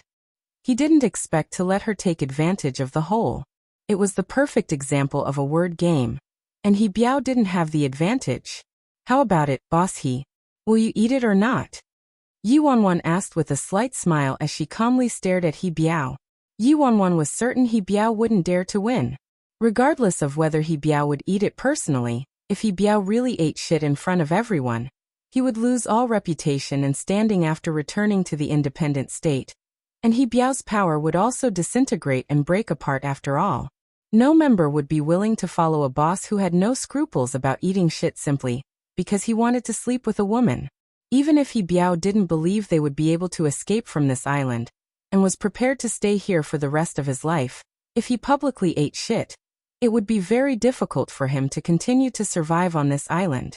Boss He, why aren't you talking? Yi Wanwan asked with a jeer. So President Bai, do you really think you've won? He Biao's eyes locked on Yi Wanwan with a cold gaze. What are you saying, boss He? Isn't it up to you whether I win or not? If you really eat it, then I have no choice but to accept my loss. Yi Wanwan retorted with an uncaring expression. Everyone looked astonished when they heard He Biao. Some leaders who had decent relationships with He Biao all looked at each other. He Biao doesn't seriously want to win, right? Although it was truly very easy for He Biao to win. If He Biao really won, not only would it not be an honorable deed, it would also become a gigantic dark spot that he wouldn't be able to erase for the rest of his life. Simply because he wanted to make a woman sleep with him, he actually went to eat shit. Forget about a prominent figure in the independent state like He Biao. There probably wasn't any normal person who would be willing to do something like this, right? Say, He Biao, don't tell me you're really planning to win? If you're really freaking eating it, I won't know you from now on. I don't want shameful friends like you. A leader shot He Biao a glance. Boss Zhou is right. He Biao, I think you should just give your white tiger seal to President Bai. We can't leave this place anyway, so there's no use for you to keep your white tiger seal. You must consider this carefully. He Biao glanced at the speakers. The white tiger seal isn't important. I've never lost. Before the other leaders could speak, Yi Wanwan mockingly said, He Biao, I seem to recall having told you this. I've also never lost. Do you really have that much confidence? He Biao menacingly glared at Yi Wanwan, his expression as dark as the bottom of a pan. The corners of Yi Wanwan's lips turned up in an icy smile. So does that mean boss He Biao is planning to win? What are you waiting for? Hurry up. Yi Wanwan ran her eyes over the room. Which of you bosses can help give boss He Biao some hot and fresh ones to eat? You. He Biao turned furious instantly. He simply couldn't understand how this woman could be shameless to this extent.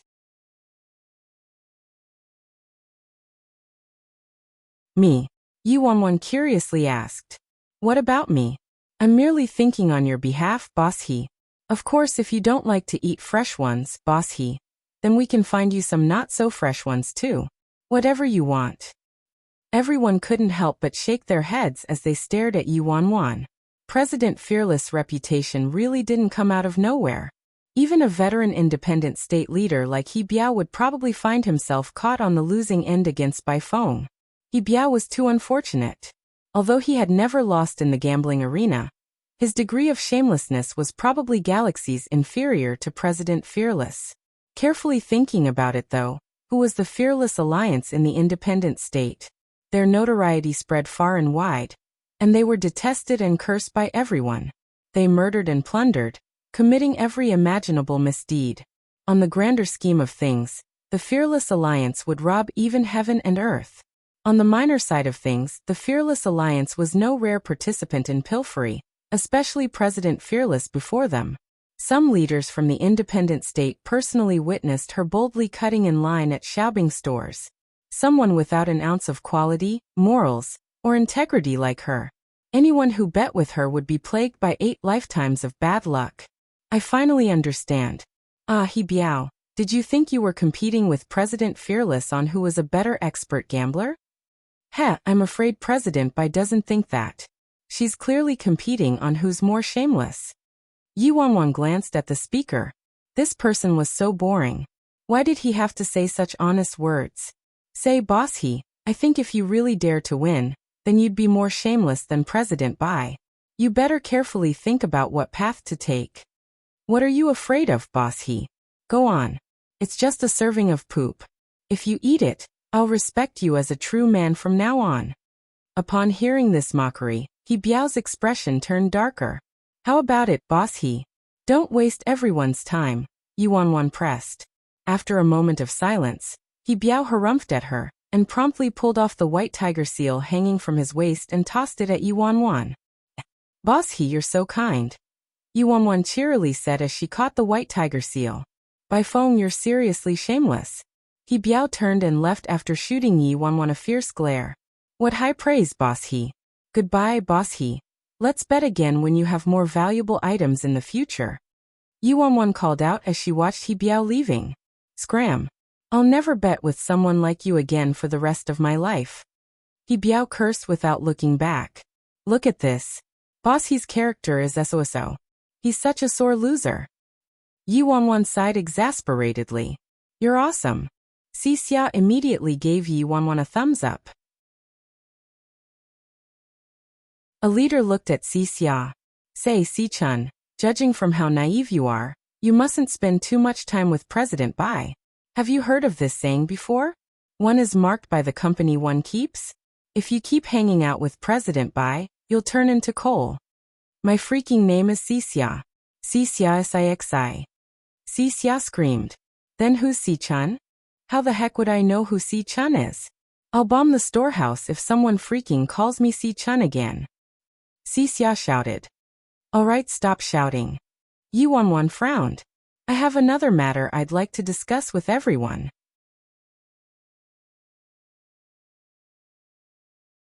President Bai, what good matter could you possibly have to talk about? Of course it's a good matter. Yi Wanwan looked at everyone. Doesn't everyone here want to leave this wretched place and return to the independent state?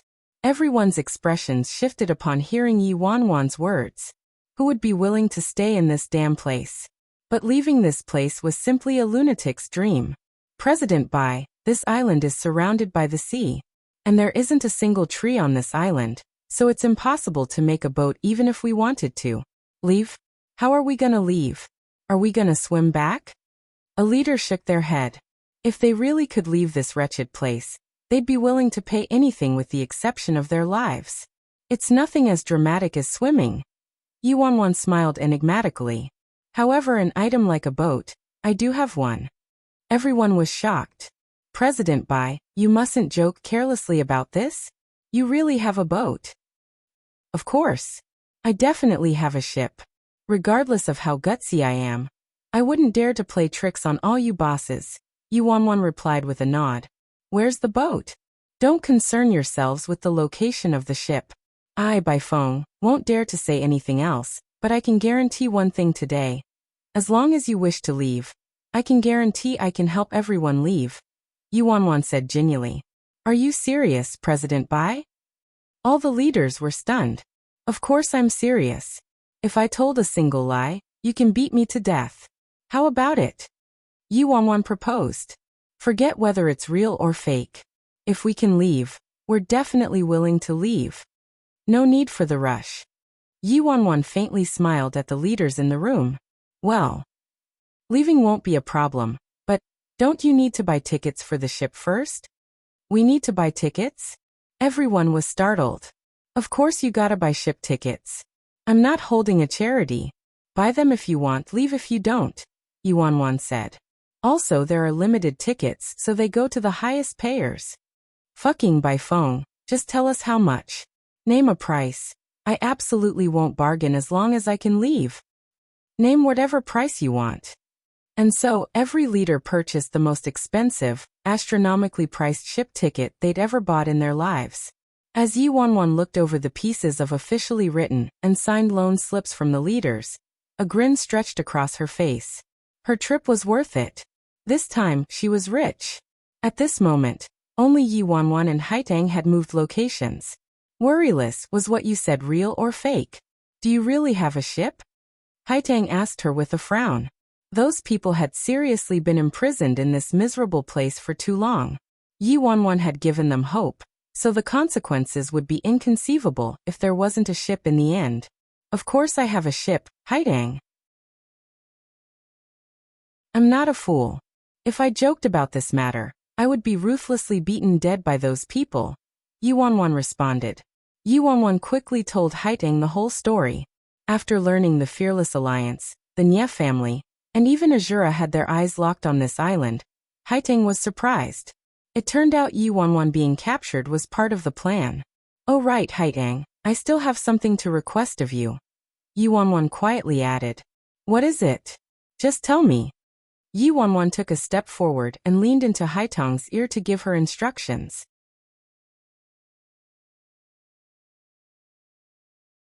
After Yi Wanwan finished speaking, Haitang's expression shifted minutely. Why? Yi Wanwan was silent for a long while. Haitang, you don't need to know too much about this matter. Just do as I say. I need to test it out, Yi Wanwan finally replied. Alright, I understand, Haitang agreed. Then I'll go back to make preparations now. Thank you. Yi Wanwan nodded lightly. Seconds after Haitang left, a soft voice came from behind Yi Wanwan. Xiaofeng, long time no see. This voice was both strange and incredibly familiar to her. Yi Wanwan reflexively turned around. The man wore a fleeting smile on his face as he looked at Yi Wanwan with his long and narrow eyes. This man before her emitted a scholar's aura from his bones. Brother Xiren? Yi Wanwan was startled briefly when she saw the man, but quickly regained her wits. Of course she wasn't unfamiliar with this man. He was her sworn brother Wen Xiren. It really is you. Wen Xiren chuckled lightly before walking toward Yi Wanwan. Soon, Wen Xiren stopped in front of Yi Wanwan. Your voice hasn't changed all these years, but I wonder if your appearance has changed. It hasn't changed. It's almost the same, Yi Wanwan answered with a smile. In Yi Wanwan's memory, Wen Xiren was blind in both eyes from birth and couldn't see anything. When did you get captured here, Brother Xiren? Yi Wanwan asked the man with a frown. Although First Elder from the Fearless Alliance previously hypothesized this, Yi Wanwan didn't expect to actually see Wen Xiren in here. Not too long ago. But that's unimportant. You, however. Where did you go all these years? Why did you leave the Fearless Alliance without a word? Wen Xiren asked. Yi Wanwan didn't explain in detail. Since Yi Wanwan and Wen Xiren hadn't seen each other for a long time, they conversed quite a bit after finding a spot to sit. Yi Wanwan and Wen Xiren had known each other for more than 10 years, so she knew him very well.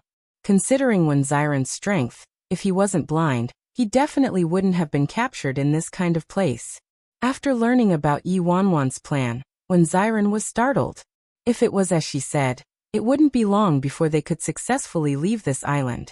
Actually, I don't think the Martial Arts Union holds any ill intentions towards the people they captured on this island, Wen Xiren quietly said to Yi Wanwan after a long while. Yi Wanwan furrowed her brows when she heard that. Wen Xiren's thoughts were similar to Ji Xiaoran's. The majority of the people imprisoned on this island are people who've brazenly rejected the Direct Line's invitation, so I don't think this could be that coincidental.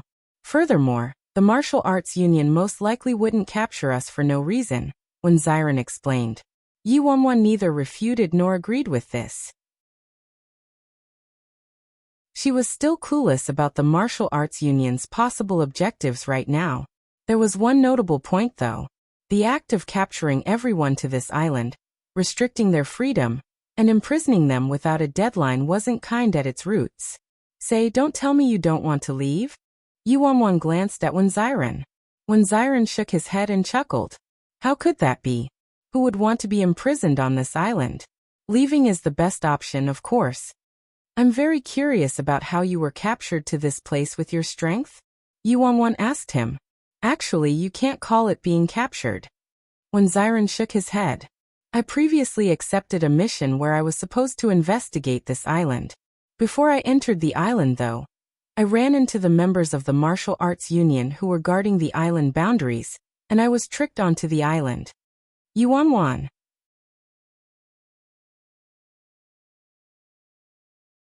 Lin Ke anxiously tagged behind Si Yihan and tried to persuade him. Ninth brother. Hold on, ninth brother. Calm down a little, ninth brother. Didn't we hear from the Nye family already? Ninth sister intentionally planned to get captured, so that she could personally scout the situation and collaborate with us on the outside. Otherwise, if we barge onto the island completely unaware of the situation there, it'd be too dangerous. Furthermore, the winds aren't right currently, so we can't go to the sea. So it'd best if we waited for ninth sister's signal. Lin Ke talked a truckload, his mouth about to cramp from how much he spoke, but the man striding forward ahead of him merely straightened his cuffs and said, Prepare a boat. I'll go there myself. Lin Ke sent Jiang Yin a look to make him help persuade Si Yihan, so Jiang Yin cleared his throat before saying, My lord, based on the incident with Nye Linglong last time, Miss Nye's martial strength must have fully recovered. Moreover, Miss Nye is resourceful and clever, so she most likely won't be in any danger on the island. Lin Ke's lips twitched. Resourceful and clever? He didn't expect Jiang Yin to have the talent of fibbing without batting an eye. Si Yihan put on his big, black jacket and buttoned it. Jiang Yin, if I don't return within 3 days, do as I previously instructed. My lord, Jiang Yin started. Unfortunately, the duo said everything they could, but Si Yihan still couldn't put his mind at ease. In their eyes, Yuanwan was the president of the Fearless Alliance, Bro Flat Top, the second miss of the Nye family, and the demon instructor of Scarlet Flame's Academy. Her martial strength was extraordinary, and she had a plethora of worldly experience. So she was a veteran who absolutely wouldn't be at a disadvantage. To Si Yihan though, his image of her had always been the first time he met her. He regarded her as a weak and naive little girl. In the end, Si Yihan led Lin Ke and several elites from Azura and rowed a boat to head to the island. At the same time on the island, when the people learned Yuanwan had a way to get her hands on a ship, the majority of them were still skeptical, but at least they had a trace of hope. All the leaders enthusiastically looked forward to the ship coming sooner, so they could hurry and leave this wretched place. Otherwise, they'd even lose their pants from this demoness schemes. Yuanwan didn't immediately send a signal. She planned to observe the situation on this island a little longer, and ensure everything would go without a hitch before allowing the Nye family and Si Yihan to come and rescue her. And well, she wanted to trick a few more bosses while she was at it. Yuanwan's ability to trick people came in all shapes and forms. After he Biao fell victim, other people weren't willing to believe it and tested her out themselves. All of them ended up being tricked until they cried for their parents without any exception. Inside the prison, Yuanwan seized the most comfortable throne. On her left, a leader from some gang was miserably holding her tea for her, while on her right, another leader was obediently pouring water for her. All the leaders were steaming with rage and gathered together, whispering with great fervor, Damn, isn't there anyone who can teach this demoness a lesson? Teach her a lesson? If you dare, then go yourself. I won't go. EY, I heard He Biao's high blood pressure ramped up again from his fury. So tragic. Across the short table from Yuanwan, a leader was drenched in sweat. That's impossible. Shouldn't the last card in your hand be a 3 of hearts? Yuanwan wore an arrogant expression. Your vision must have deteriorated in your age, right? Accept your loss gracefully. So many people are watching, so you mustn't try to get away shamelessly, gang leader.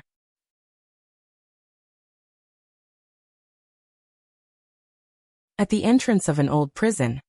Several leaders were sitting at the entrance like dried sardines and chatting, bored out of their minds, when one of them sharply caught sight of an unfamiliar face nearby. Who are those two people over there? I don't think I've seen them. A leader asked suspiciously. Probably some newly captured souls? A leader from another faction turned in the direction of the two newcomers, and his eyes abruptly shot open in disbelief. Shit. Lord Azura. Isn't the one on the left Lord Azura? How did he also get captured here? Damn. What did you say? The one on the left is Lord Azura, and the one on the right is his deputy. I've seen them once before, so I'm definitely not mistaken. After disembarking from the boat, Si Yihan led Lin Ke to secretly scout for traces of Yi Wanwan, but couldn't find her after searching several districts. He only found her bloody shoes on a beach. As Si Yihan held her shoes and stared at the traces of blood on it, his expression was unprecedentedly dark. Lin Ke also panicked slightly. Ninth brother, wait, there's still a district we haven't checked yet. Si Yihan's fingers clenched, and he resumed walking. At the entrance of District B's prison cells, the people at the entrance swiftly rushed inside to inform everyone. Damn, another one is captured. Do you know who got captured this time? Inside, the leaders were all disinterested. Initially, when new people were captured, they still made a few remarks. But as more and more people were captured and their backgrounds turned bigger and bigger, most people were numb to the news already. Who? Why are you so excited? A person asked nonchalantly. Lord Azura. It's Lord Azura. The person at the entrance yelled. Shit. Who?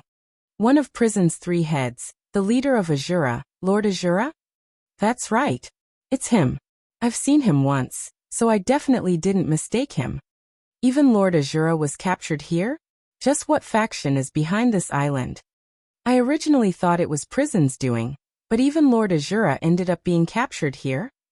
Inside a deeper room, Yi Wanwan was playing the card game, Zijinhua, when she heard the commotion outside. She offhandedly asked, "Why is it so loud outside?" Someone by the door responded, "Someone new got captured here." Someone new? Aren't nearly all the respected leaders of the independent state captured here? Who else could be captured? Yi Wanwan asked with raised brows before languidly taking a sip of the good tea she just won. An excited voice shouted from the crowd. Shit. I think it's Lord Azura. Pa. The second Yi Wanwan heard the name Lord Azura, she instantly spat out her tea. Who did you say? The boss of Azura. The great devil, Lord Azura. Yi Wanwan was stupefied. She wasn't prepared at all. Audio.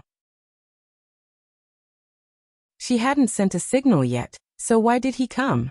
After Yi Wanwan's surprise passed, her second reaction was to look down and inspect herself. Right now, her hair was messy and her clothes were wrinkled. She was wearing a pair of shoes woven from grass and she was shaking her legs, which were propped on the coffee table, without any care for her image. There were some cards in her hands while items she tricked out of those bosses were piled in front of her. She wholly embodied a king of the mountain, a bandit. Yi Wanwan cursed, damn.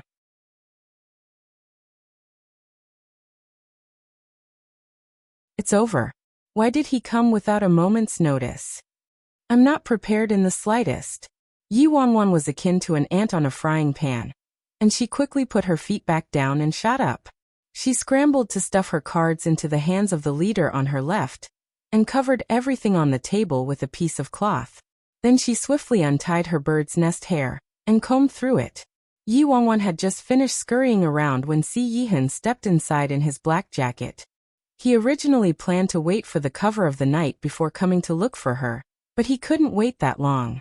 It wasn't until he saw her with his own eyes that he could feel at ease. The first thing Si Yihan did when he entered was survey the room, looking for that familiar figure. At the same time, the leaders around the room also each evaluated the man with their own thoughts. This was Lord Azura? Didn't the rumors say Lord Azura's appearance was ugly as a monster? Aren't his looks a bit heaven-defying? Aside from that face, there aren't many differences between him and a monster, right?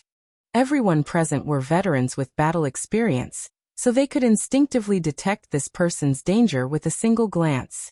At this moment, A silhouette dashed toward Lord Azura. What's going on? Lord Azura has an archenemy on this island? These enemies were infuriated with a single look, and are going to start fighting immediately? Yi Wanwan was truly too fast, and even Si Yihan didn't have time to react. By the time he could react, a soft warmth filled his arms. Yi Wanwan acted like a frightened bunny and pounced toward Si Yihan the moment she saw him, burrowing her head into his chest. Si Yihan's original vigilant expression disintegrated the instant Yi Wanwan leaped into his arms. When he saw her sitting in front of him, completely unharmed, his maniacal and chaotic thoughts finally calmed and his taut expression also eased. Wanwan, she was fine. Wah, baby, you're finally here. The island is so scary. Yi Wanwan's voice was both soft and dainty as she pitifully glued herself to Si Yihan and started whining tearfully. No one from the observing crowd expected the assailant to be Bai Feng. They watched as this demoness who tricked them to the point of death these past few days abruptly changed her demeanor and flew toward Lord Azura like a cute and helpless-looking damsel in distress. Their chins all dropped. What did they just see? Who just pounced over there? I think it's that demoness. What did she say? The island's really scary? Isn't the scariest thing on this island her? Also, rumors claimed Bro Flattop had an affair with even Lord Azura, but were they not rumors? It was true? This woman dared to pick up even Lord Azura, so just how scary was she? Si Yihan completely ignored the stunned gazes around him. When he heard Yi Wanwan, his loosened brows instantly wrinkled again, and he immediately took off his jacket, wrapping it around her and pressing her closer into his arms. He lowered his head and kissed the top of her head with extreme gentleness. Don't be afraid. It's fine now. Yi Wanwan patted the top of her head, upset. Damn it, I didn't wash my hair. As she felt the familiar scene and heat enveloping her, warmth filled her heart. She looked up and started complaining coquettishly.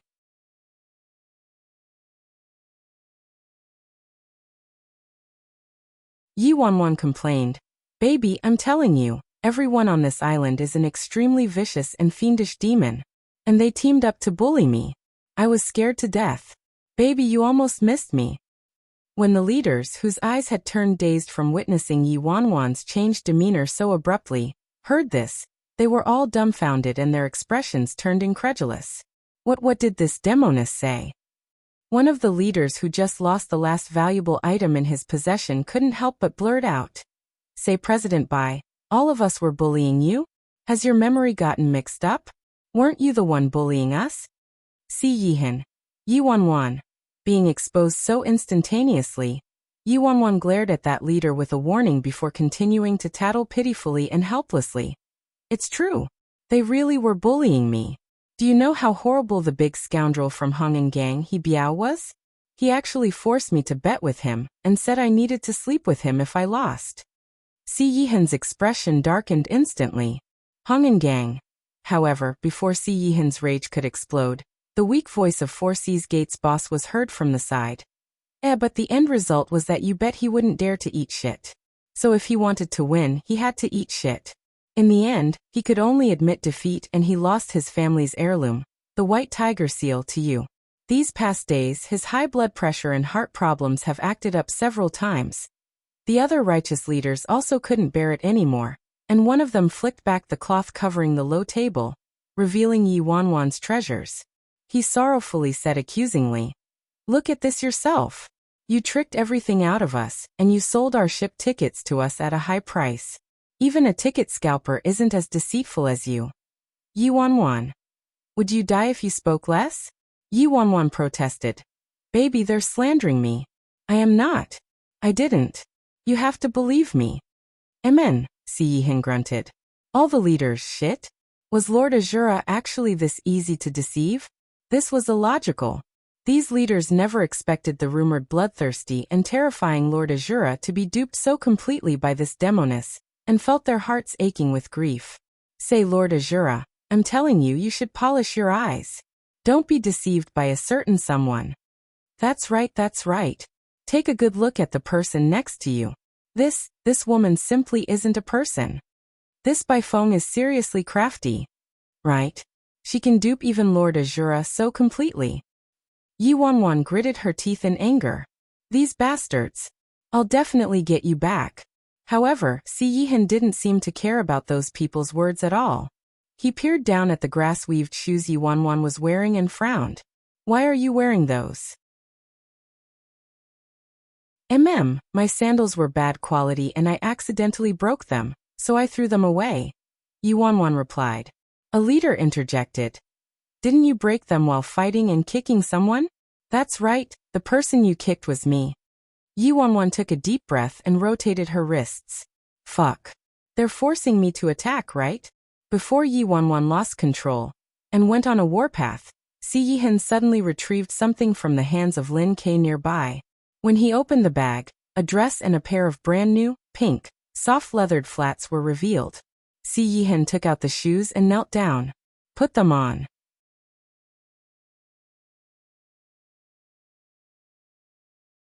After switching to the new pair of shoes, her feet immediately felt relief. Yi Wanwan dazedly asked, why did you have this? Lin Ke interjected from the back. That's not all.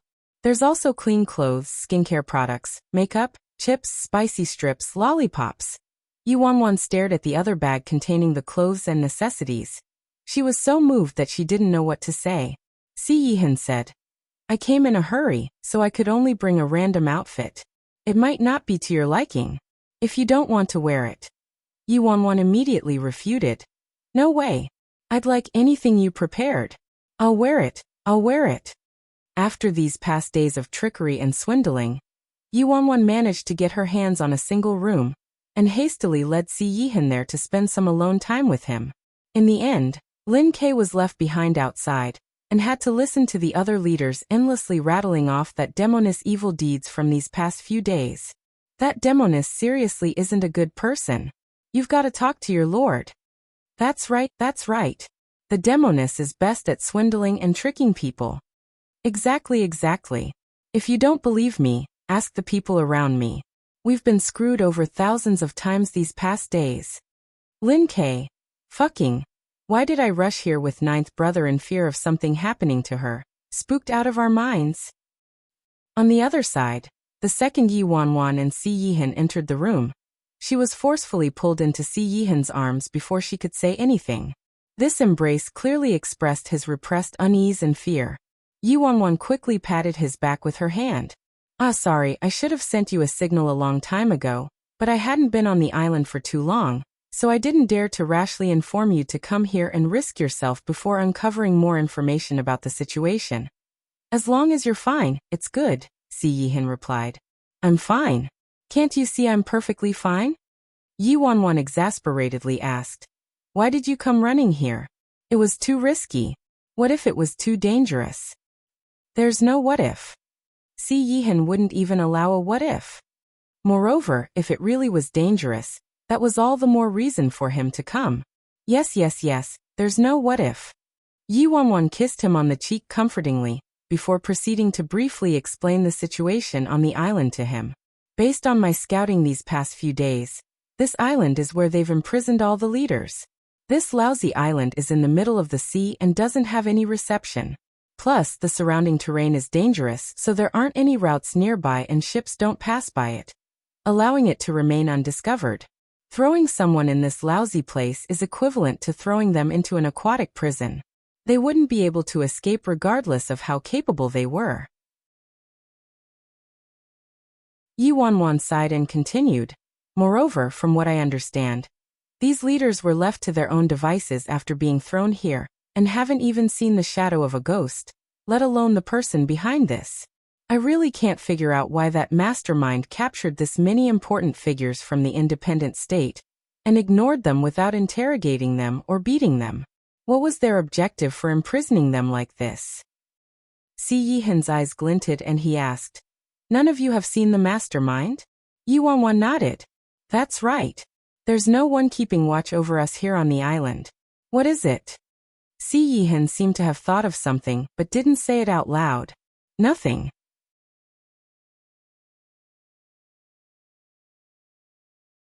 Yi Wanwan pulled Si Yihan to sit down on the tiny bed.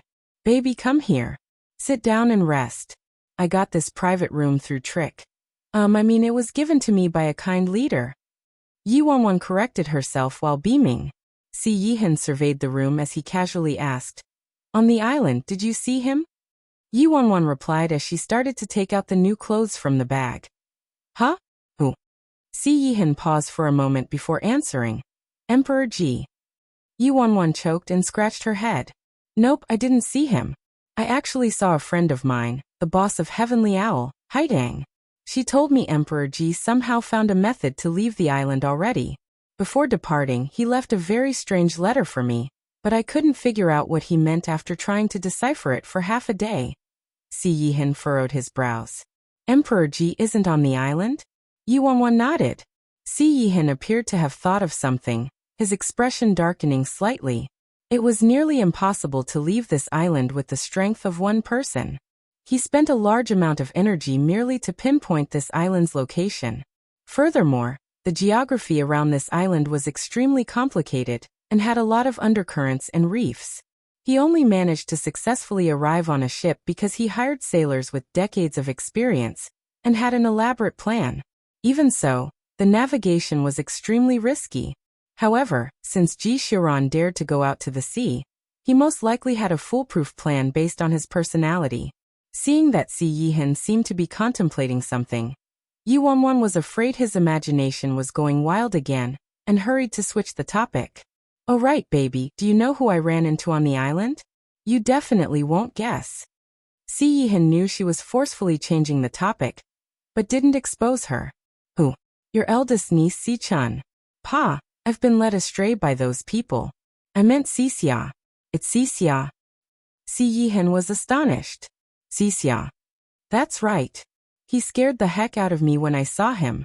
When I saw him running toward me with a hoe, I thought he was going to avenge his dad. But that lad knew his dad had no one to blame but himself, so he didn't make any trouble for me. Otherwise, I would have had to go easy on him. After all, in terms of position in the family hierarchy, I am his 9th aunt-in-law. Si Yihan expressionlessly responded, No need to go easy. Yi Wanwan wondered, is he Xia's real uncle? That lad probably went to go dig holes again.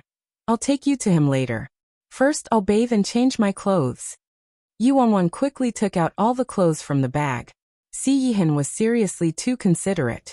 He prepared a whole outfit of clean clothes as well as undergarments.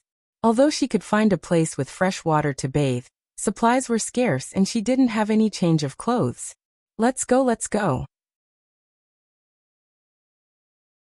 Come with me to take a bath first. Where do you usually bathe? Si Yihan asked. There's a pond in the center of the island. Si Yihan frowned lightly. Outdoors. There's no other way. It's already good that there's a place to wash up in this lousy place. Don't worry, there isn't anyone suicidal who would dare to peek. Haitang and I were together, so we kept watch for each other. It was super safe. Si Yihan didn't say anything else. The two of them soon reached the bathing spot and this time, instead of Haitang, her new guard was Si Yihan. After stripping, Yi Wanwan sank her body into the water and leaned against the rocks on the side. She saw that Si Yihan was standing at a perfect distance and holding her clothes for her as he kept watch, his eyes not straying a centimeter. Yi Wanwan clucked her tongue. EY, is my charm lacking? His eyes actually aren't straying a centimeter. At least take a peek. You're tuning in to the Li Mei's Wuxia Whispers YouTube channel. We're so grateful for your support and don't forget to subscribe to join us on this incredible journey through captivating stories. Your generosity through donations truly makes a world of difference, as it's the primary source of revenue that allows me to expand and enhance this channel for you. Thank you from the bottom of my heart for being a part of this adventure.